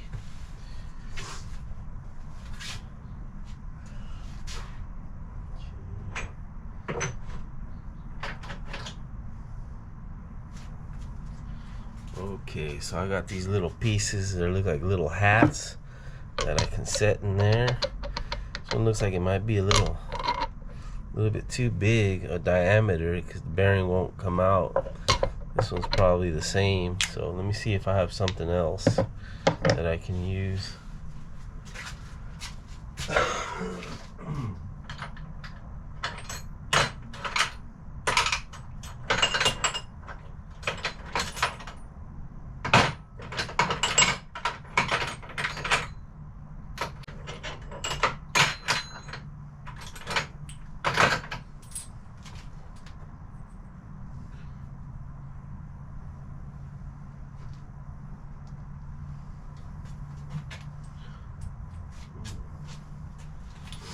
That's all I got, so we're gonna have to make do, find something that fits here. Like that might work, just to kind of lift this off so we can unpress the bearing, and we'll still use this tool. Maybe this one. There we go, it fits right in that little groove. So these were machined. I machined these at work to fit different size diffs. They work really well, especially when you flip the differential and you don't want it to rest on the bearing cage. Sometimes the bearing cage hangs out further you use that and you rest it on there. So it comes in handy.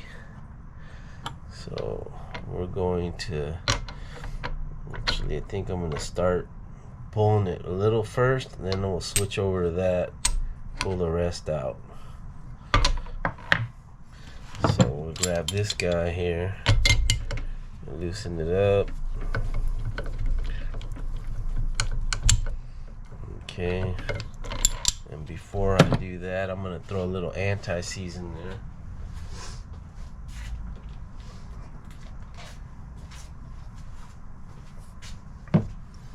And this is so I'm not grinding metal on metal. It has something to, you know, kind of slide around. Not like digging into metal. Okay, so I'm gonna try that. Get here.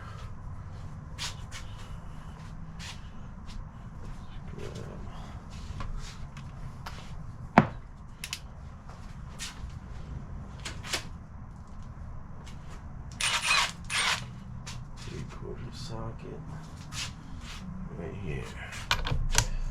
Okay, so we're gonna torque on that. So you see how quick that came out. We're gonna lower it a little, and we're going to, let me see, we're gonna loosen this. We're gonna put our little riser piece in there. Maybe this one will be better. There we go. And that way we can get the rest of the bearing out.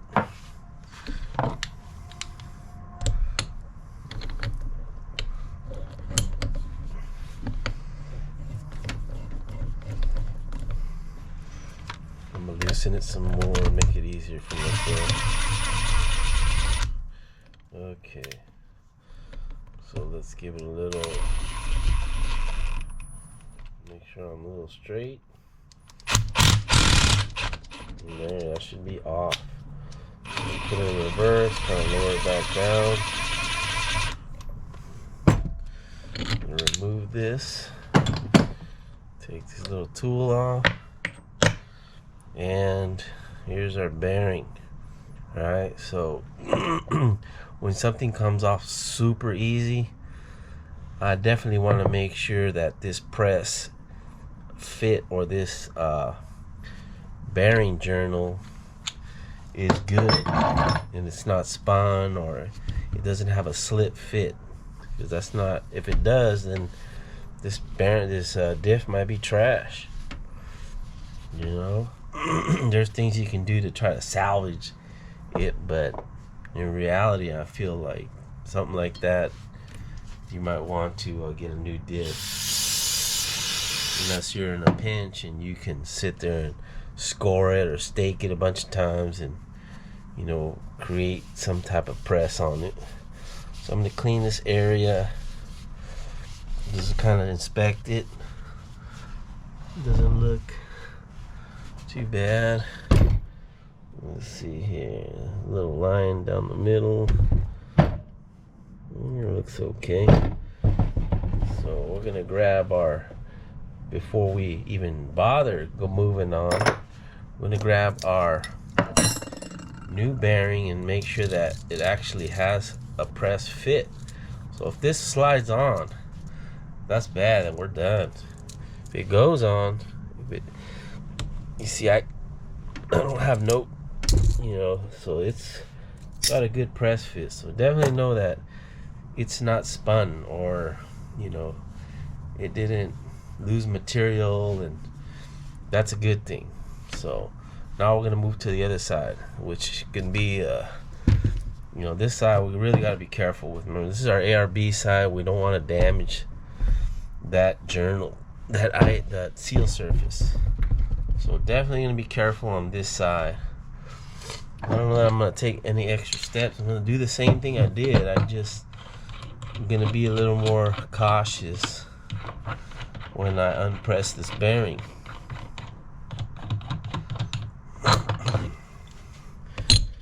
So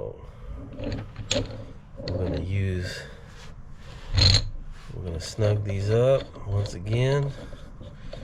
Make sure it's even. I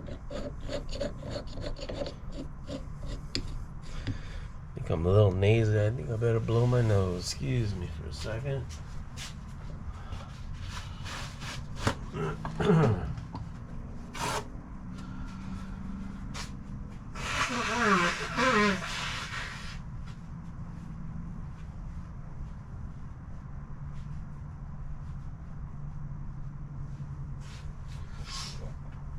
Okay, let's get back. I'm gonna tighten this up. Use our wrench again.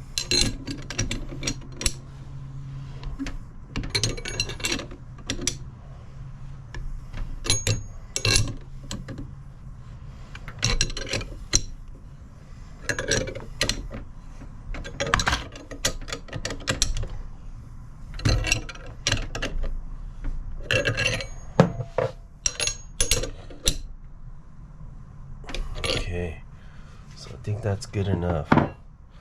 So this point, I could probably just use this piece because it's got an elevation right here. So this is not going to press onto the seal surface because it's a smaller diameter, right? So I'll probably be able to pull it, and once it reaches this point, it should just pop off because it's not going to press onto the seal surface area. So we grab this tool. We'll use this one. It's a little more. Well, go with the other one. It's a little taller. Okay. I'm gonna set that there and snug it up slightly. So the bad thing about this tool is, you see down here, sometimes there's not enough room for these little hooks to get under this bolt area. So sometimes I have to tap it in, or I've had to grind these. You can see these are ground right here. I've had to do that before. So I don't want to grind too much. I don't want them breaking on me. So I'll give it a little tap, both sides. It seemed to work. Snug it up a little more. Okay, and I think we can start pulling. The same thing. I'm gonna pull it. Just want to be careful not to lean or pull, because remember, we're trying to not damage that seal surface.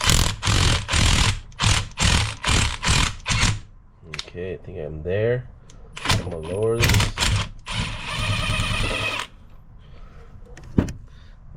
Carefully remove all this stuff. Take my piece out. Easily take that off. So this one went off just as smooth as the other one. We're gonna set this aside. Looks okay. Put it with the other old bearing, and actually I'm gonna remove this without touching anything. And we got the bearings removed. So now we're just gonna clean it. I'm gonna get a new rag. Well, let me clean the residual off with this old rag, and we'll just get a new one. Okay, and then we're gonna wipe it down, put our new stuff on there, and then go back together.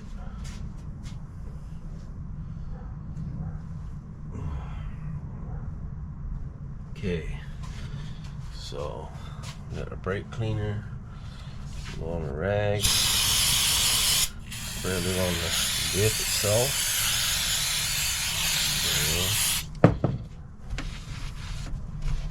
Get rid of some of this brownish color from some rust water, or whatever we got going. Alright, now that it's clean, you can kind of see the idea of the diff. It says RD 129, so 48 gear with the RD 129. Okay, so you weren't wondering which diff this was. That's the one. Okay, we're going to clean this seal surface area. And I think we're good. So now I'm going to get a little more brake cleaner. I'm going to clean up the bearing. Okay, so we're going to clean this bearing. Make sure that the journal's clean. This is clean. You know, we're going to you can see how it slides on. So before I put this bearing on, I want to make sure I have a press piece that's going to press down, not scratch that, and still fit this properly. So let me see if I can find something close.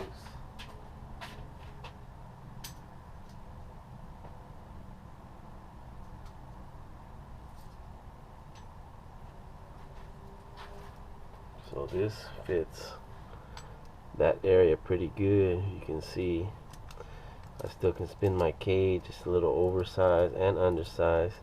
This is another piece that I had machined out of some spare pieces.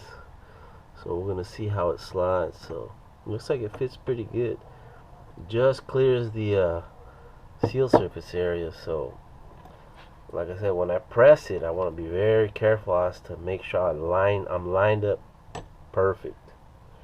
I don't want to damage it. Like, I don't want to drag anything. And I'm going down evenly. So right now we're gonna move over to the press, and we're gonna press this bearing on. So, and another thing, if you can be smart to check, is check this versus your old bearings and races. Make sure that they're the same. You know, the numbers match. Everything is the same as what you took out. You don't end up putting the wrong bearings in and stuff, or trying to force something on that doesn't fit properly. Sometimes these install kits, they're not, you know, I mean, it's very rare, but they might not have the right bearing or same bearing you have, or, you know, it could be the people that are making the housings, the custom housings, that they don't use the, you know, the OEM bearings. You know, they have different bores, and they've used different bearings to make it work, to make it stronger. So, you know, it's a good thing to check. So we're gonna move over to the press. Okay, so we made our way over to this press. I'm pretty much set up. I just set it here. We've already checked this piece that it clears. So all I need to do is line it up nicely. I'm going to find something here that can fill up that gap. Maybe like this piece here. Looks pretty good. And maybe I got another piece that might help fill up that little area. I'm going to grab it.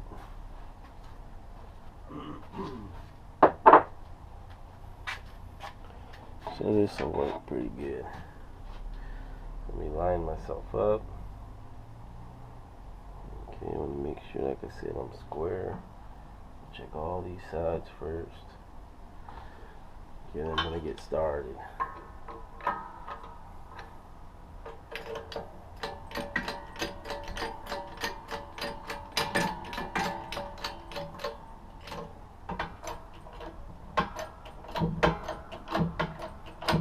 So far so good. But right here I'm going to stop. I'm going to come out. I just want to check that I'm lined up properly. Alright, like I said, I don't want to damage that seal surface, and I had to let my press settle. So you see how it kind of settled? And let's take a look. So far I'm okay. I'm just past that surface, so even better. Now I can do this and just know that I'm clear. I'm going to line myself up perfectly straight, so I'm not dragging on anything. I want to be even all the way around, and I'm going to continue. So let's put this back on. Careful not to move anything. Same here. I'm going to go back. Start cranking again. Make sure nothing shifts. And then keep going. Get all the way down. Almost there. Looks looks like we just hit, so we're going to give it an extra 2 to 3 pumps. 1, 2, 3, and that should be good, right? I want to spin that, make sure I'm clear, nothing's binding, I'm not hitting anything, so I'm good. Now I can release this.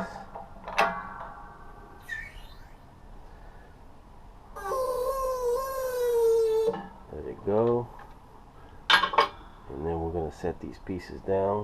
Probably need to use them again. Carefully remove that. It looks like we had success without scratching it.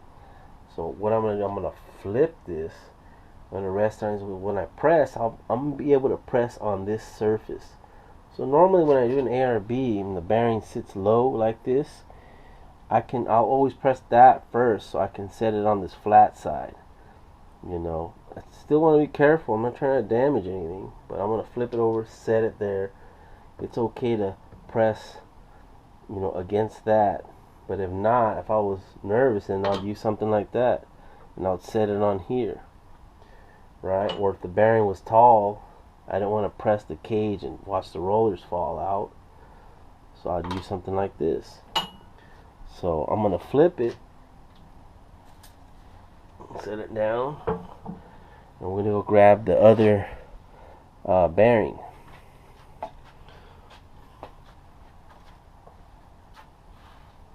I'm going to clean this bearing a little while I'm over here, and then we're going to come back and do that.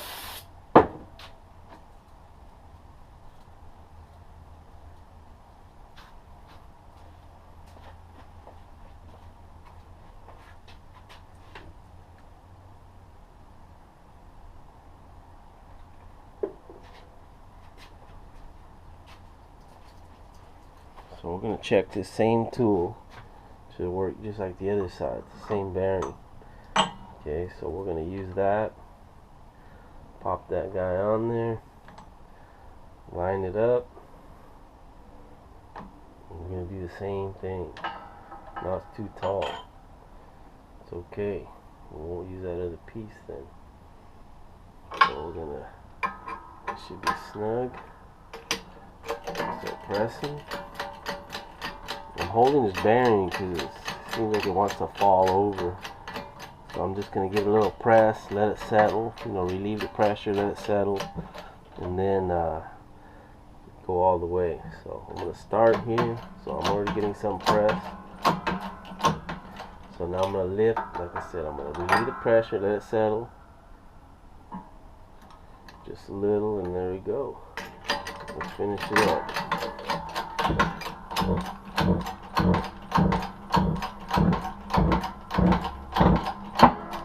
Okay, about three more.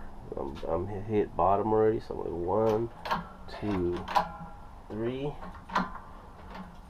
And we're gonna relieve that. Make sure I'm doing this. I'm all good. I'm gonna let go. Move to the other side. Set these pieces back in the bin over here, and then we're gonna walk this over to the bench. Yeah.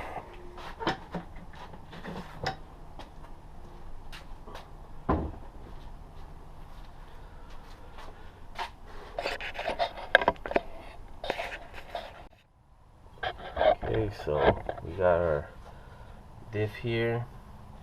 We're gonna put this bearing on. And like I said, sometimes these bearings, these cages, kind of pop a little higher than that race. So if you flip it, you know, you might want to use that little, grab it, oh, here we go, something like this to kind of keep it up off of that bearing cage, because you're going to fold it in and damage it. So right now it looks like I'm going to be sitting here because it's not really hanging out, so I can just set that race and down on my bench while I do the other side. And actually, before I do that, let me put a little oil in there just to let it sit for a little bit.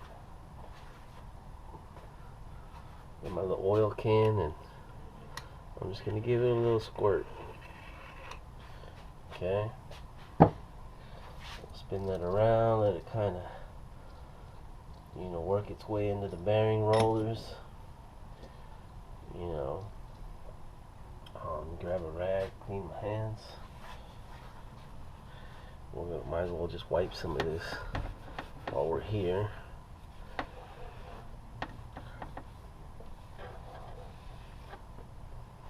And the gear marking compound might get on your hands. It's a little messy with that stuff. You can always tell when somebody's struggling with their gears, because they got tons of gear marking compound all over their hands and their shirt and stuff. Okay, so now this feels pretty good. I'm gonna just set my race upside down right here. I'm just gonna flip this and just rest it right in there. Okay, so you see that? That means I'm not on the cage, I'm sitting on the race. Okay, so let me get my other race and I'll put it on there. We'll start putting the ARB seal housing back on. Brake clean.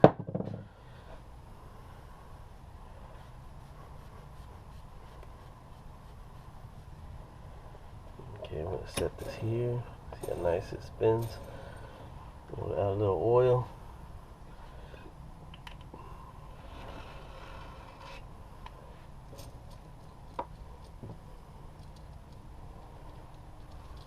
Okay, looks pretty good. And we're going to wipe that a little bit, get our seal housing. So what I like to do, some guys like to put grease here when they put their O-ring. I like to put a little drizzle of oil on the edge and then just kind of slap my fitting down, or my seal housing down into it. Okay, so just now one thing here is, like, there's both these sides look similar. Alright, make sure that you know which side went down. So when I remove these, I remember this writing was towards this side, right? And then this has two edges which are gonna sit inside here. This is gonna sit in the housing where the bearing seat's at. So make sure we have our shims. Alright, we got our shims here. We got a thick one and a thin one. I'm gonna measure them anyway. We were gonna make an adjustment, but I'm gonna throw it back in with the original shims to see if the backlash goes back to spec, and if not, we're gonna drop it slightly. Right, so I'm gonna clean that. This is the ARB side, or the carrier side. The other side we haven't messed with yet. So I got two shims there. Let me grab my calipers. And here we're going to measure. Let's see what we get. So I got about 96 thousandths. Let me turn it 180. Same thing, 96 thousandths. My shim, it's about 11 thousandths. So that'd be 96 plus 11, maybe 102. Okay, so we're gonna put that back under our, what would we call this? So under our seal housing. So one thing you want to do is, if you're going to put these shims in, right, always get the thinner ones closer to the seal on the ARB. Get these closer to the seal housing. Get the thicker one away from, or actually kind of sandwiching it. That way, this thing has less chance of bending or folding or getting damaged, and it kind of has the other one protected. Okay, so that's ready to go. I'm going to put a little bit of oil on our seal journal, like I said we were. We're just a little squirt. We can work with our finger in a minute. So what I'm going to do here is do a little bit of that, and then drop this in. So as I put this in, I'm using both of my, my little pads on my hand, and I'm just kind of holding it, and I'm just going to kind of spin it, but evenly pressure. I don't want to force it. I don't want the O-rings to pop out. And before you do that, look in here. Make sure you don't have, like I said, any lint, anything, any kind of speck of dirt. You know, it's almost like a doctor. You want to keep it super clean, because any stupid little things will make things leak and make it hard to find the leaks. You know, like I said, if you keep everything clean, you shouldn't have any issues. Alright, so we're going to go in with it. So even pressure. The shim kind of fell down a little bit, but we're going to go in there and make sure it's seats. Looks like it's okay. We're going to spin this. Feels pretty good both ways. Okay, looks like we're in business here. So I'm going to wipe off that extra residue here. You know. And we're going to flip it. Actually, we could probably drop it in, but we're going to flip it so we can look at the other side, or the other shim at least. So some of these ARBs or ARBs Toyota diffs have adjuster shims with a bunch of holes on the side to where you would adjust the backlash by doing, you know, tightening one, loosening the other, and all that business. But these have shims, so you know we got to do shim adjustments if needed. So we're gonna show you the other side of the shim. So let me spin this around. So you can lean it this way, and we're going to rest it here. Okay. So now this side, been sitting here. We got our oil. It rolls pretty smooth. And this side, I was cleaning it earlier, getting all the oil off. And I noticed it's hard to see, but you look at both sides, it looks pretty good. But like I was telling you, you always want to dig your fingernail, because look, man, I didn't even notice there was a shim right on top of it. It's a lot thinner. It feels like maybe 5/1000ths, you know, which is a small adjustment. So we'll clean this, and we're going to set it here. We're still going to measure these two as well. So this would be considered our pinion side. So let's grab our calipers and measure this. This shim is about 117 thousandths. So give me the same reading all the way around, 117. And then the shim is about, let me measure one more time, about 5/1000ths. Well, that was correct. Okay, so same thing here. I'm going to keep whatever side's most solid. And to me, it almost looks like the bearing journal or the case seems a little better to hold this shim. It's like it's pretty thick right there. It's got a nice shoulder. So what I'll do is I'll probably add some more oil on there just so it sticks. And I'm going to set that, I'm going to put it in all together. Alright, so let me do that. I don't want this side to move on me. So I'll put a little oil on this, the outer side of the shim, a little bit here, and I'm going to stick this guy on there. Alright, so hopefully it doesn't slop around on me. Alright, so these are the original shims. So we're going to throw them in. Like I said, put the bearing cage back on. We're just going to snug it up. Now we're not going to torque it to spec, but we're just going to tighten it just so we get a reading. It looks good, we're under the pattern, everything looks good, then we'll finalize everything. But if not, then we'll make our adjustment. Okay, so let me bring you a little closer as we throw it in here. Okay, so I'm going to grab this.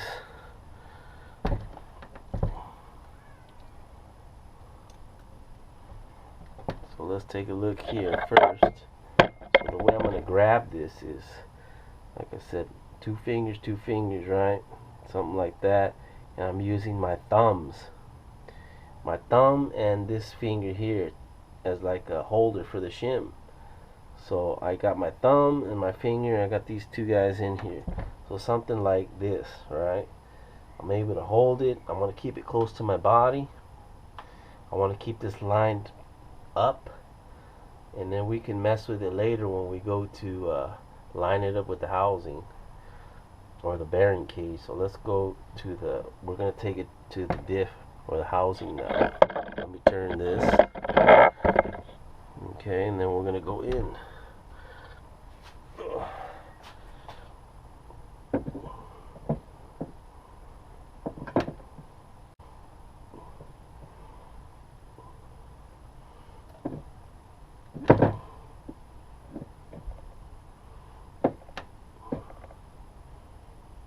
It's a little snug, which is good.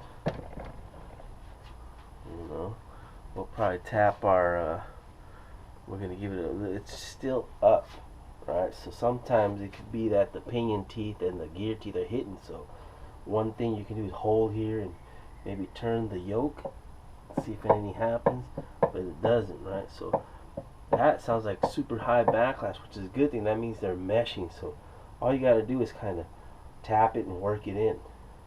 So we're going to grab a plastic hammer and try to tap this in without damaging this outer shim.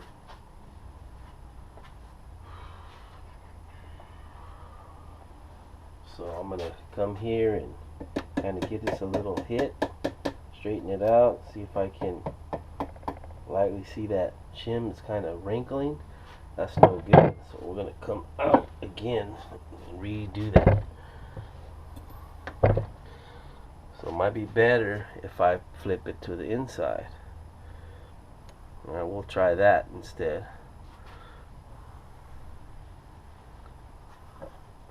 We're going to go back in again. We'll give it another try. Okay.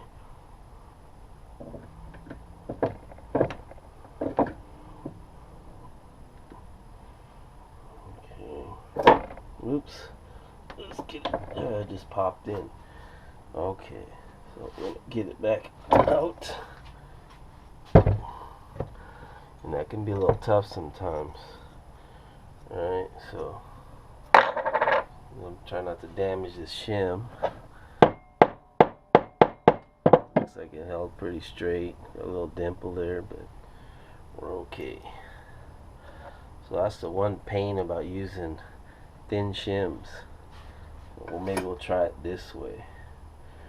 Alright, I'm going to put it inside or think about this.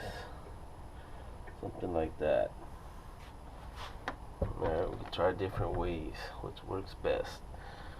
Ugh.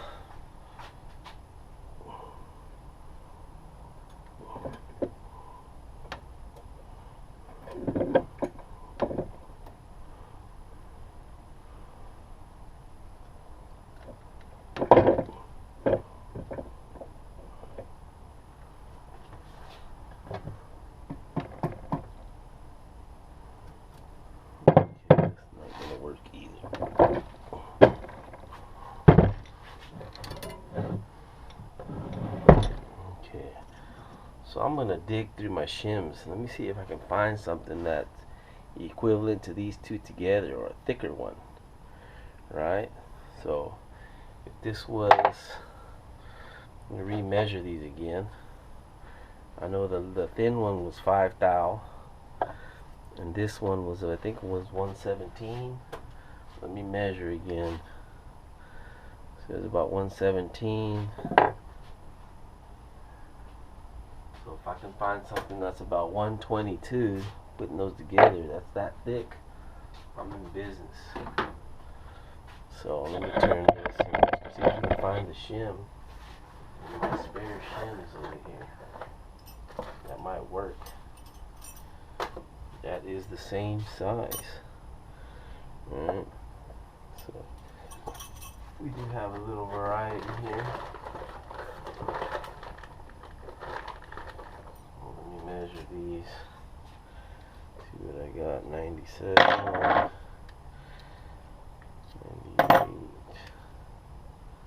108, 97, 96. Okay. The other thing too is if you go less thicker shim so you can use a thinner shim, if that makes sense. So maybe we can do that. So this is 109. We can find like a 20 thou shim. That might be a little better.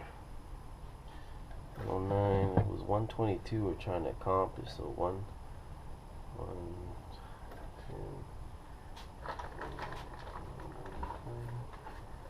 So that'll be like an 11 thou, 12 thou shim if we have it. We'll check it in the kit. See what they got here.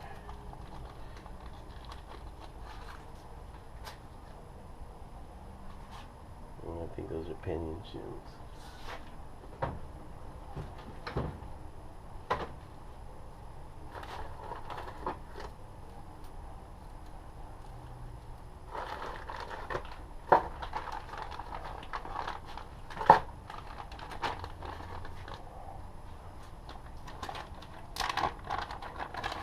So it's good to save all your old shims and throw anything away. So it can come in handy. Okay, so I think these are what we need here. So I think I found a 10. Let me measure this. Yeah, here we go with a 10. See if we can find something a little thicker than that.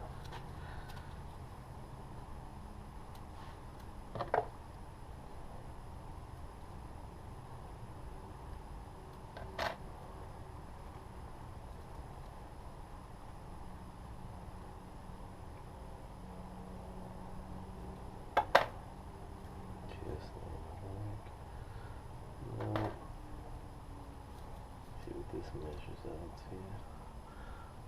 Over there.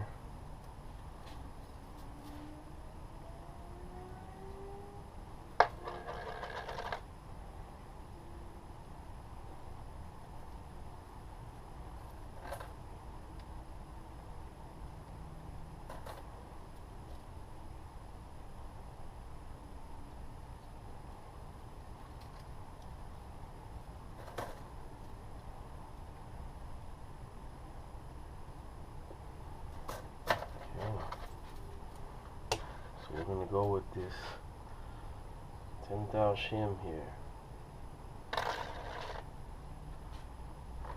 So we're going to get rid of this 5. We're going to add this 10 with a different shim.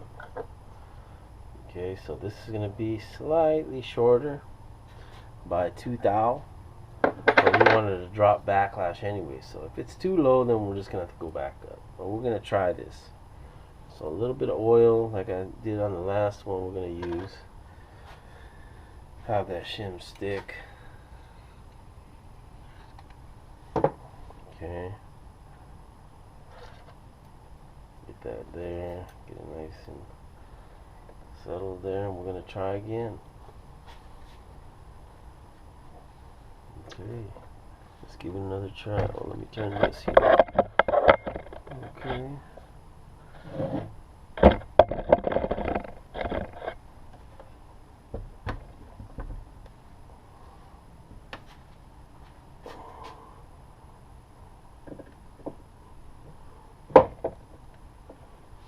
Much better. Much better. Okay, so I'm going to give it a little light tap. Alright. And this is pointed at the wrong angle, right? So we're going to grab our cage. And you see the cage is pretty centered. Alright, so if we were to set this here, line it up, it might be right center. So before we go all the way down, I'm going to tap it while I still have it slightly loose. I'm going to tap it back, try to get that lined up so it's easier to align the line with the cage. We'll get a little screwdriver or a punch or whatever we got, and we're going to do a little tap here. So got too many things in the way here. Okay. Remember, careful not to damage the line. So we're gonna hit till I feel I'm almost centered. Okay, that looks pretty good. So now we're gonna tap. Same here. That feels like it's almost down. Feels like it's down. Okay. So I think we're seated. Alright. Preload feels pretty decent. It's not overly tight. We don't want it to be so tight, but not loose either. If it's too loose, it's going to be shifting around. Nice and snug, you know, is good. So you should be able to pull it out. Okay, so make sure those are down. I'm going to grab I have a little wood block that I like to use to make sure these are tapped. I try not to use metal. I used to use brass, but you find that if you hitting on bearings, it'll end up denting the inside of the race. So I don't want to do that. But with the wood, it might be alright. You know, just give it a little to make sure it's in. Okay. So I think we're pretty lined up, even with this line here. Everything looks pretty solid. So we're going to straighten this out a little and see if we can let's just listen. So you hear that backlash? Well, that's pretty good. We're gonna spin this. Feels okay. So let's see if we can go in with our bearing cage. Alright, so we're going to, remember, we got to kind of thread this airline in, so we're going to go in with that. We're going to thread it in again. Remember, you want to be careful, so hold it, follow the line. Yeah, there we go. Turn it, straighten it out a little bit. There we go. Okay.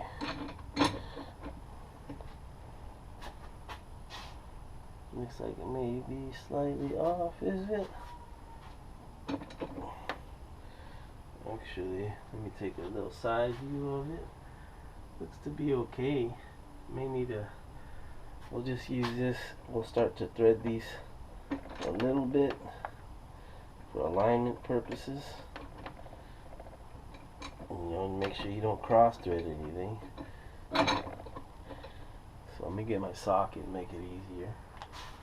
Let me bring you over here so you can see a little better. Okay.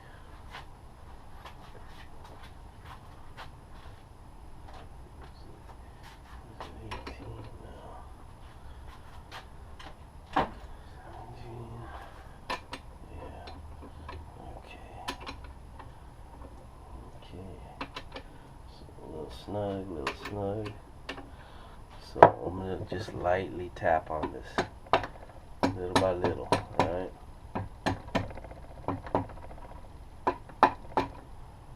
It's starting to fall right in. Okay, so now I can give it a little more stronger little tap. Get that there. Get that there. Okay, I think I'm completely down. That's lined up, so that's good. The airlines didn't give me any resistance, so we'll take a look here.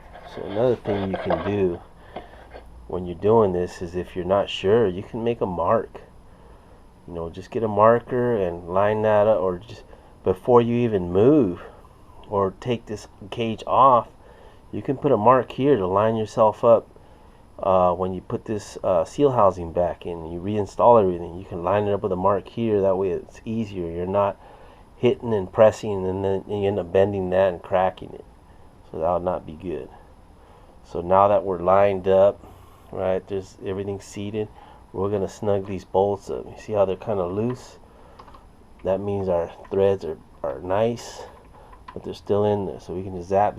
We're gonna run a pattern, get some backlash, and hopefully everything looks good. So let's grab this little gun here.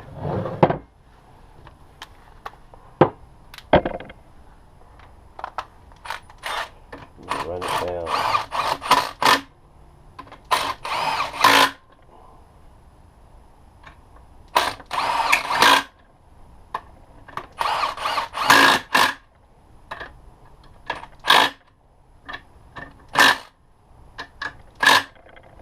Okay, so remember, when you're checking backlash, make sure that you have your caps tight.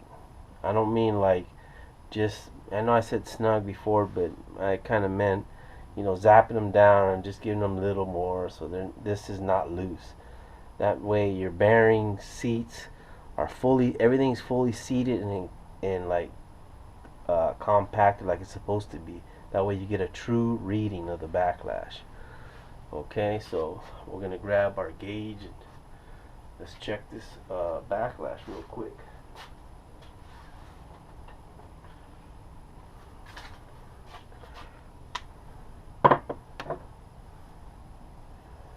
So let's move this in. Let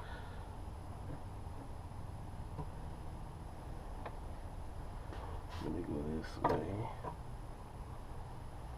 Push it down a little bit.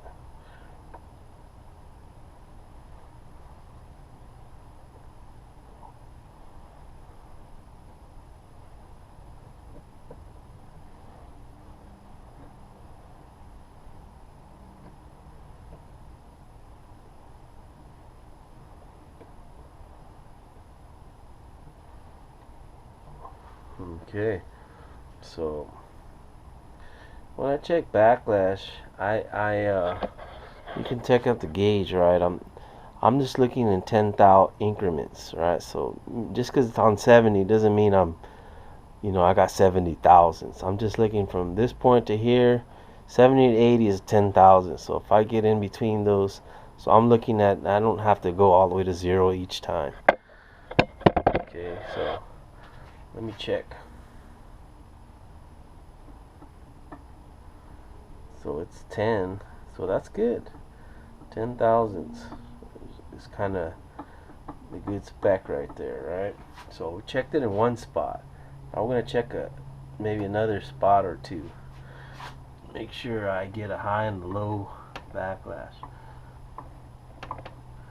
Alright, so just like my gear marking compound, I want to do it three different spots. So let's do this. Oops.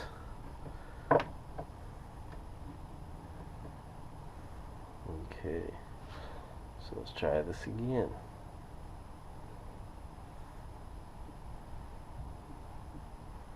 Another 10.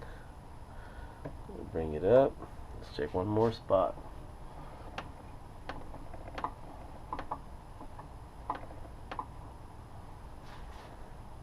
Okay.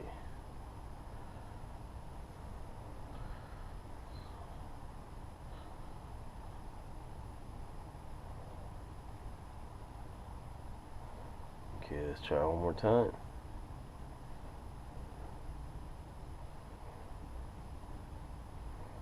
So right there I have another 10. 10, pretty close. Okay, so I'm good with 10. 10 was within spec for me. So I think I said before it was 6 to 10, but it's 4 thousandths. So anywhere between 4 thousandths and 10 thousandths backlash is a good, for me it's a good specification. So I'm going to use that. So backlash looks good. We're going to throw a little gear compound on there and just kind of see what that looks like. Maybe it improved it. You know, like I said, I don't want to disturb it too much from what it was, because it's already broken in and set up. But if it's way out of spec, you know, I think I should, but I don't think. So far everything has been looking pretty good. So we'll paint a little bit of these teeth. We're going to move it. take another spot.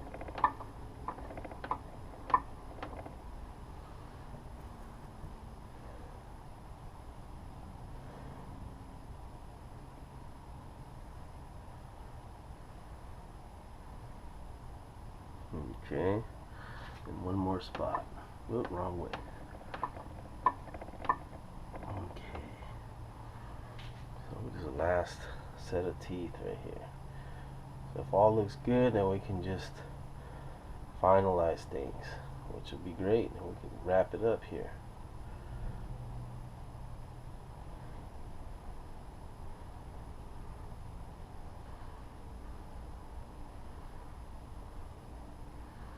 Okay, so let's take a look at these teeth. See, right now there's no, I mean, it's a little bit. Let me clean it up a little better, so we know our readings. Pretty right on. Okay, so you can see that all the teeth are marked.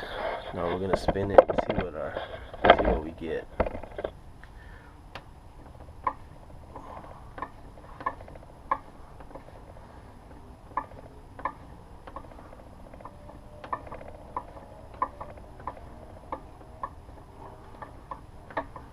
Go the other way.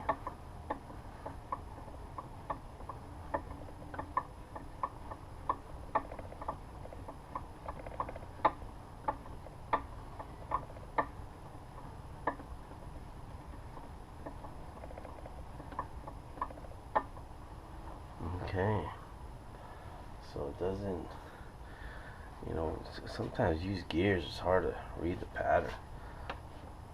So let me see if I can give it some more preload with this rag. Spin it a couple more times. Go the other way.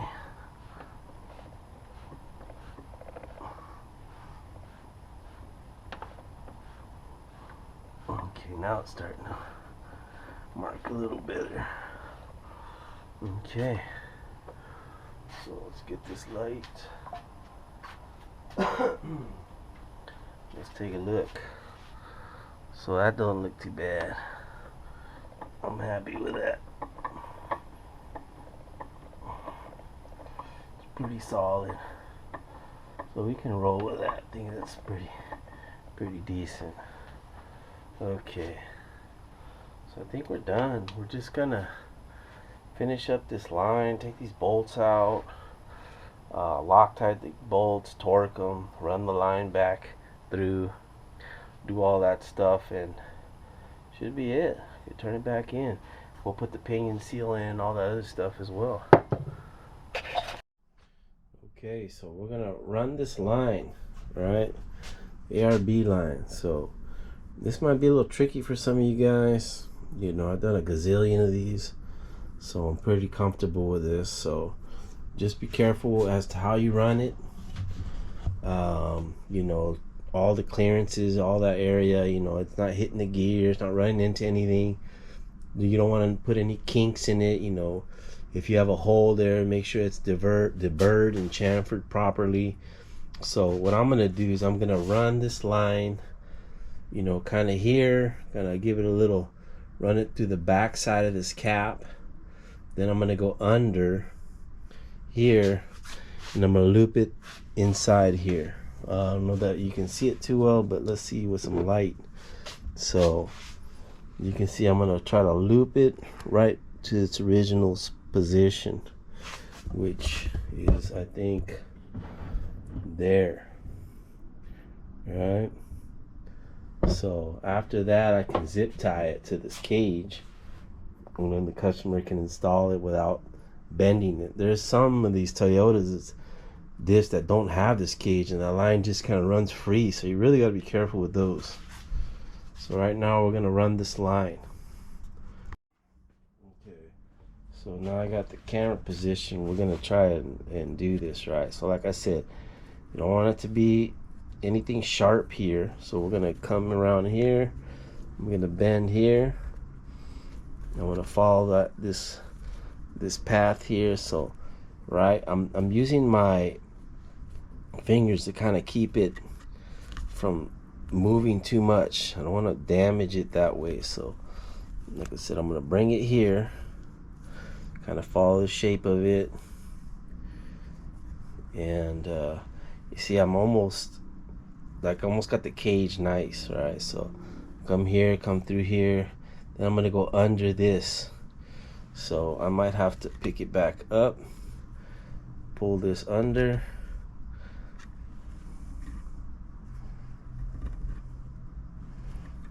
and do this here again. So, well, maybe I didn't have it that way, but let me double check. Okay, so I moved you over to this right side so you kind of see how I'm bending this, right? So right now I'm gonna probably tuck this side over here. I want to get the end under and inside the where the bulk fitting is gonna thread in. So I'm gonna try and pop that down low, and I don't know if you can see too well, but right here it's gonna go in. So now that I'm in there, I can continue to work the rest of this other line. So it's a little crooked now, you see that? So but that's not anything to worry about. You got a little extra line here, so now you can kind of conform everything. So if you need to bend a little more, you can. I'm gonna bring this up a little bit. I'm gonna actually pop it back out just to get a better bend here. Okay, so I'm gonna bring that over. I'm gonna bend this up a little, straighten that out. Okay.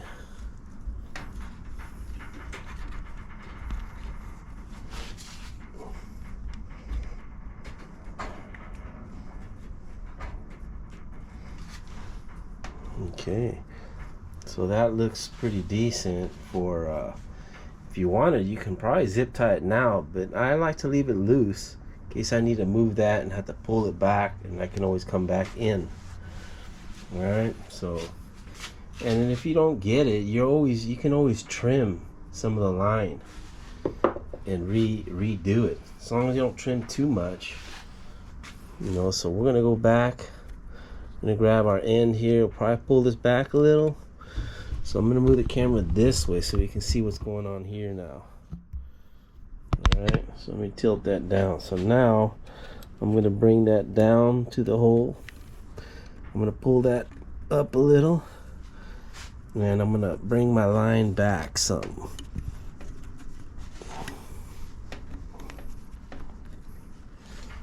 Okay, so let's bring this back a little bit. It can be a bit of a challenge sometimes, you know, so to me that's pretty good. I'm gonna bring this, I'm gonna get some zip ties just so that I'm not struggling, since I got everything pretty much lined up like I need it, and it's just about fine tuning it, right? So this seems pretty good. It loops through, goes under here. I'm just gonna, you know, then I have this here, you can see too well, but that there. So I'm gonna get the zip ties, I'm gonna pull all this into shape, then I'll finalize everything. So let me set this back here so we can take a look here. Let me grab a couple of zip ties.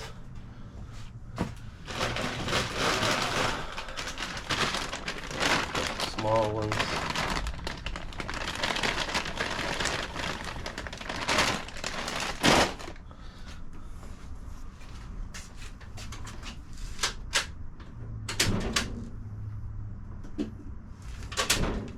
Okay, so I got my zip ties here. I'm gonna put one here. I'm not gonna fully tighten it yet. I'm just gonna kind of hold it there. So once I get it where I need it, then I'll fully tighten the zip tie. Same here. Okay, so I'm gonna use my screwdriver. I'm gonna pull it up some on that side. Yeah, and that, I like that right there. All right, so that right here, I'm gonna tighten this up. So this side, I'm really gonna snug up. Okay, so I'll have that there. This one, same thing. Pretty happy where it's at. So I'm gonna tighten that up. Okay, and then I'm gonna trim these up.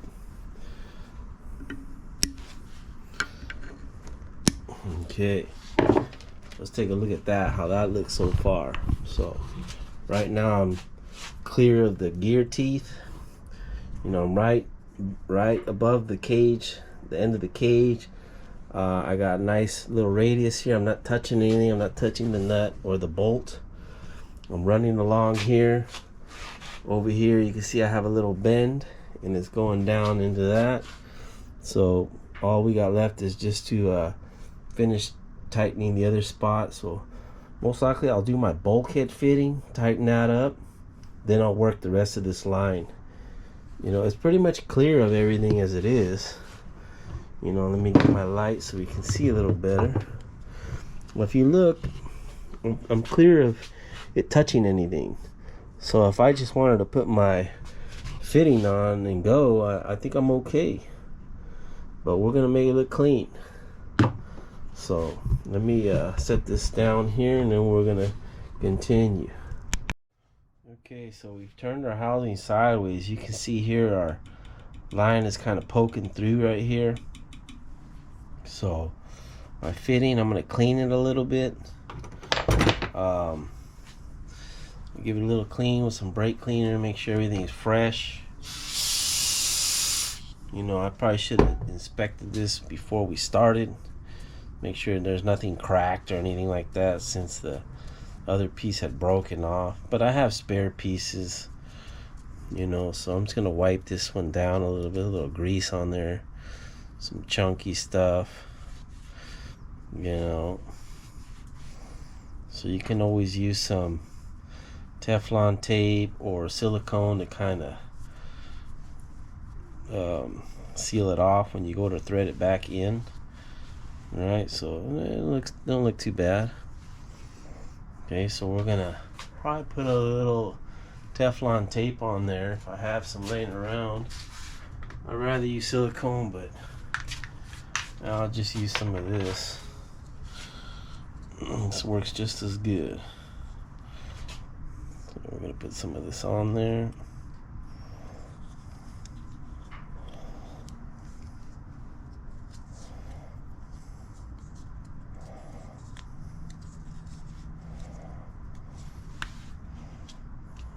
Okay, so now, like I said, when you put this in, you want to make sure that you have enough room and you're pretty centered out. So I'm gonna start threading it first. Make sure you don't cross thread it.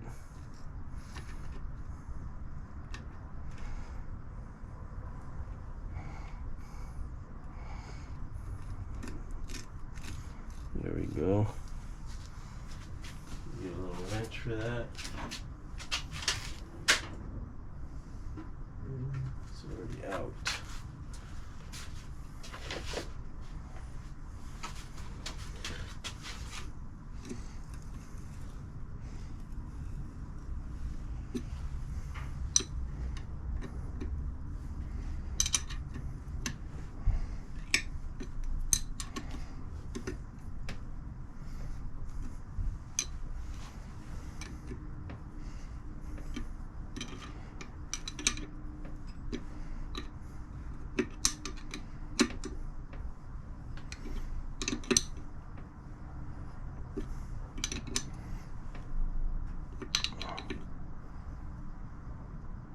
Okay, it's about snug right there. I don't want to overdo it and crack the bulkhead fitting.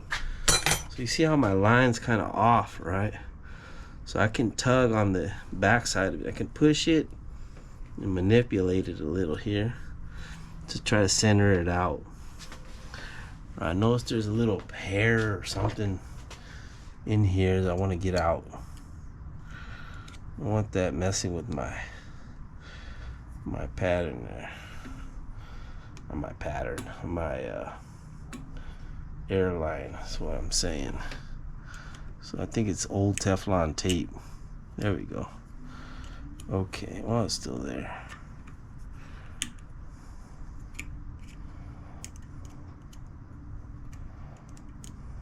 What a pain in the butt.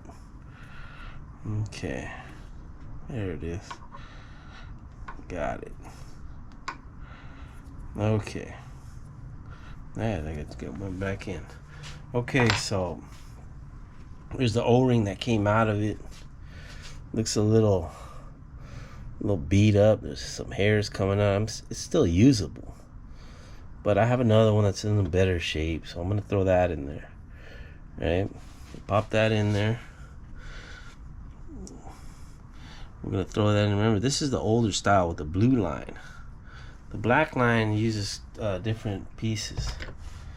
Okay, so this one I'm gonna push the O-ring in a little. Right, and I have my final piece here, which is the little that guy there, right? So I'm gonna put a little Teflon tape on there as well, snug it up, and matter of fact, I'm gonna, well, I used to put Loctite on this because people were over tightening these. So when they would go to put the blue line on, they would tighten it so tight. It would start tightening that, and they would pinch off in the O-ring and completely block air from going into the diff. It'd come back, hey, my locker doesn't work, but it's holding air. Well, in reality, it's not. It's holding air, but the air stops here because you pinched it off because you over tightened it. So I always check that first. So we're just gonna put Teflon tape. I know the guy that's gonna install this, and I've already told him about that. So he's probably not gonna get carried away with tightening things. He knows better. Okay. So we got that Teflon tape on there. And we're gonna pop that guy in. So I'm just gonna start it first. I'm gonna grab my wrench. Let's see where it's at.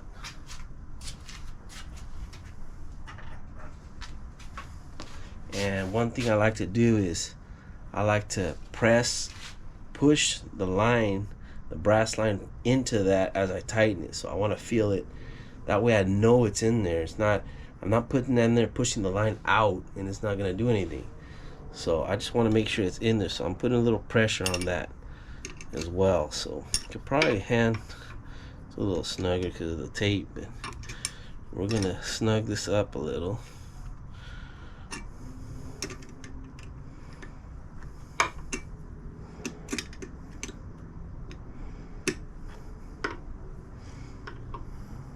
Okay, so that's about snug. So now we're gonna give it a little more tightening here. Not too much, but enough. Like, that's good enough, right? I don't want to overdo it because, like I said, I want to pinch off my line. So that's ready now. You can just hook up. We'll hook up our air pressure while as we do the rest of our stuff. We'll just make sure it's holding air. So let me grab that, which is right here. Okay, so I'm gonna grab this thing. I'm gonna clamp it on here. Let me see if I can do this without getting too crazy here. Okay, so we'll put that there. And this is the part where I think people always overdo it. So this is pretty simple. All it is a line and a fitting. Alright, I'm gonna pop that on. So first piece first, right onto the nipple. We're gonna snug that up a little bit. Even by hand I can just thread it down. And then I'm gonna give it a little snugging.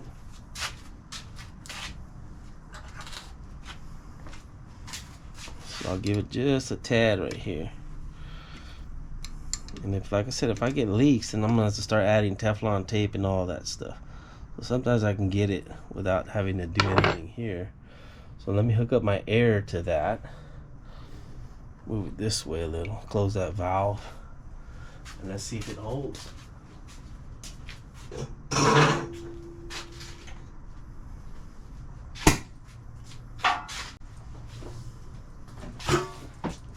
Okay, I have my air here. Give it a little blast. And then we're gonna open this valve. So let's see if it, let's bring the camera this way. See if it holds. So we're gonna, I heard it lock. So now let's close the valve, see if anything moves. So far so good. Disconnect the air, get rid of that. And it seems to be holding okay. We're gonna move this around. So we're just gonna leave that alone.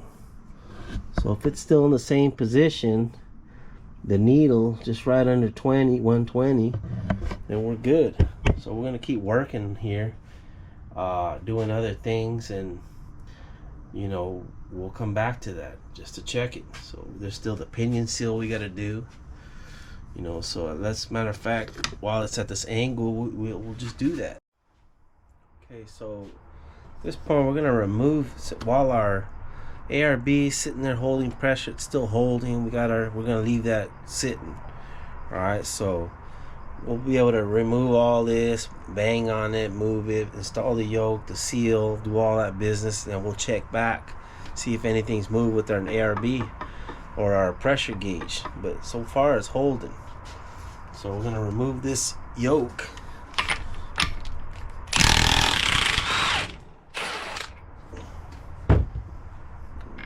Save this old pinion nut as a setup if you need.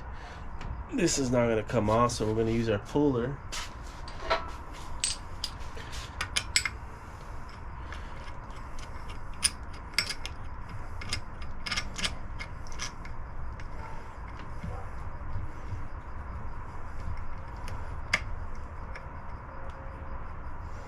There's other ways to get this off if you need to, but since I have this tool, I'm going to use it.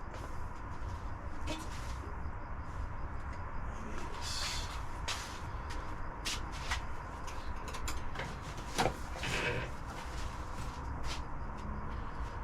me find the socket. Where it's at.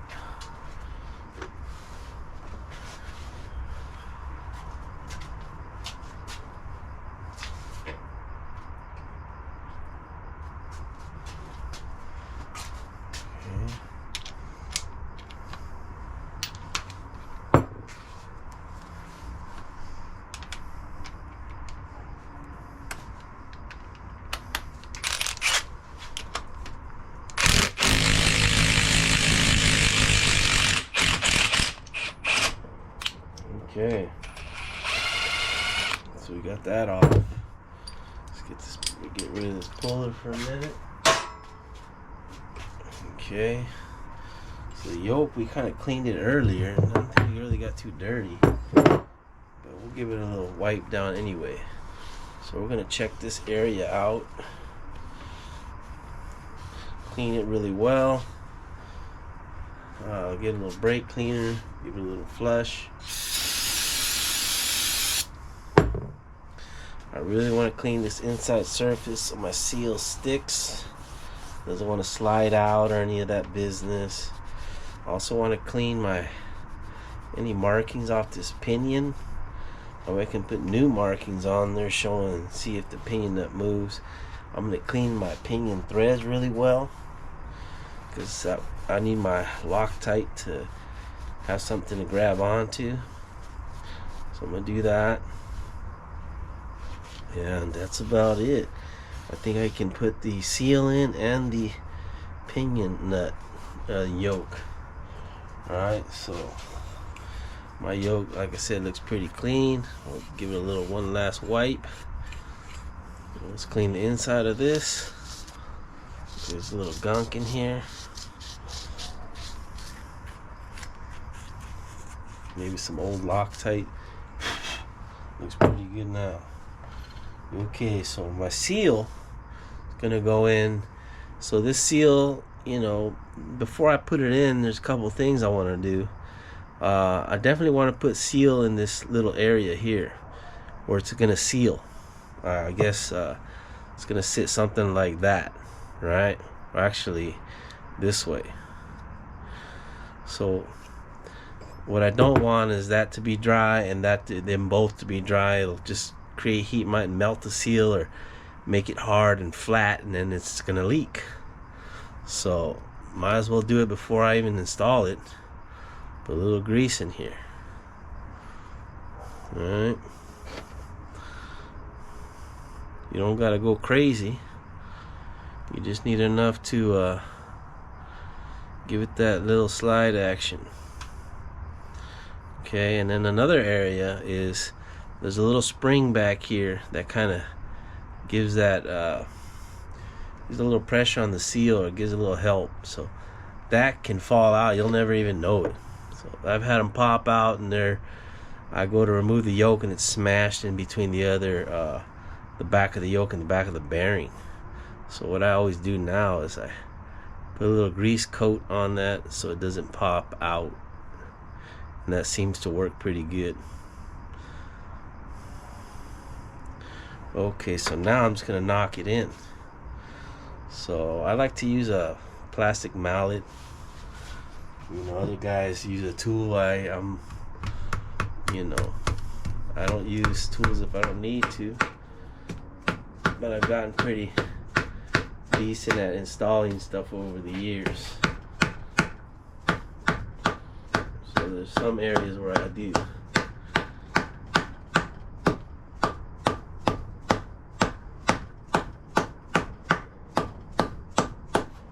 Okay, so I think that's in. So let me just give it a little wipe, and you can take a look. It's pretty flush all the way around. You're not sure, you can always grab a flat piece or a tool and knock it all the way. Okay, so I've already pre-greased my this little piece of the hammer that came out right there. See if I can get it.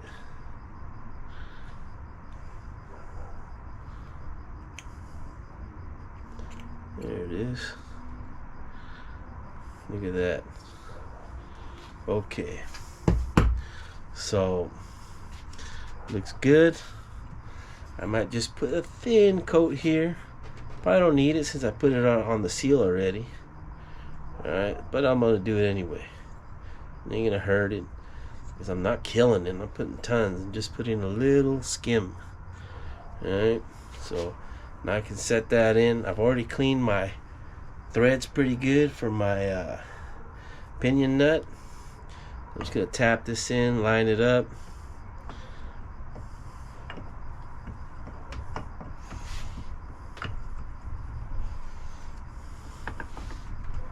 There we go. And then just kind of, I like to do it sideways just to start, and I can come in this way.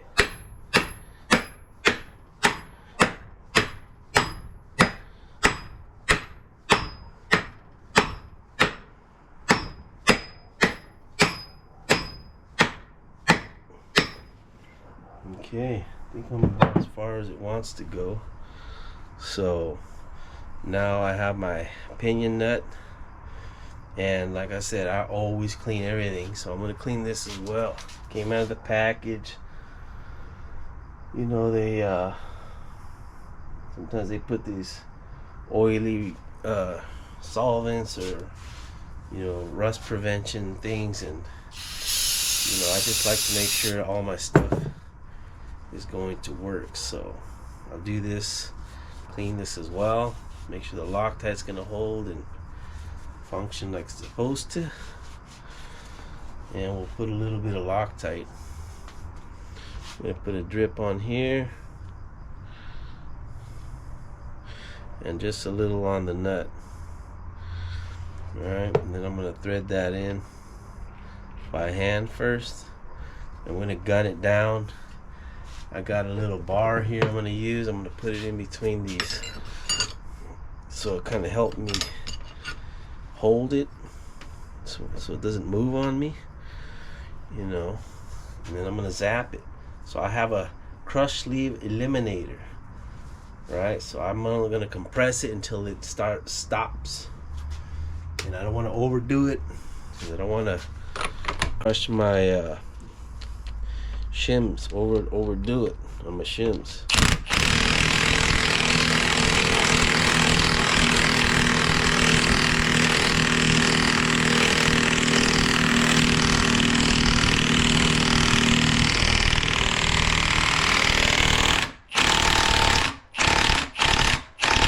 Okay, so that's about it right there. You know, the gun, once it stops turning and it starts yanking on the yoke, that should be it. You know, you don't want to keep going and forcing it, because you're gonna start stretching threads, stripping things. You know, you can always run it to torque as well. I'll do that when I got crush sleeves. So let me get this out. And remember, I'm still gonna hit it, settle it.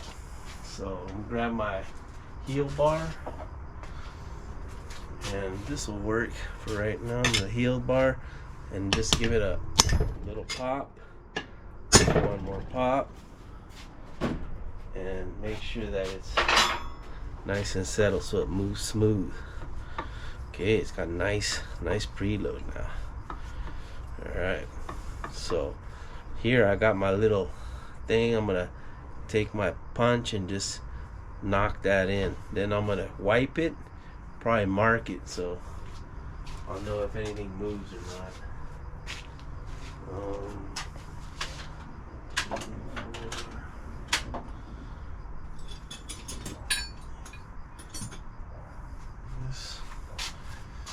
Okay, so we'll knock this in.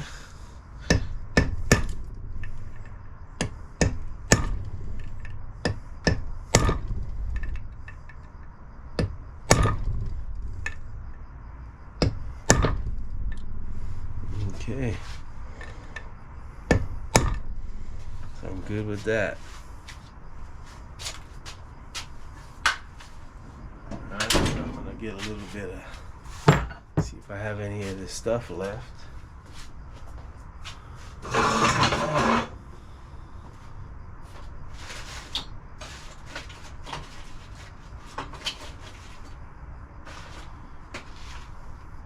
guess I don't. So I'll just use a paint marker, and we'll mark our pinion that way.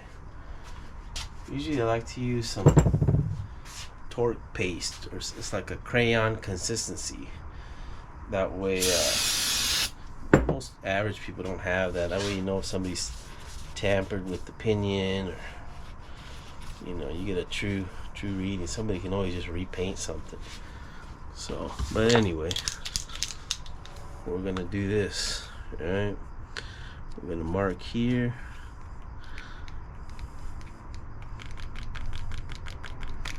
Get some of this paint out. Okay, we'll just give it a complete line right here. So if that shifts, we'll know.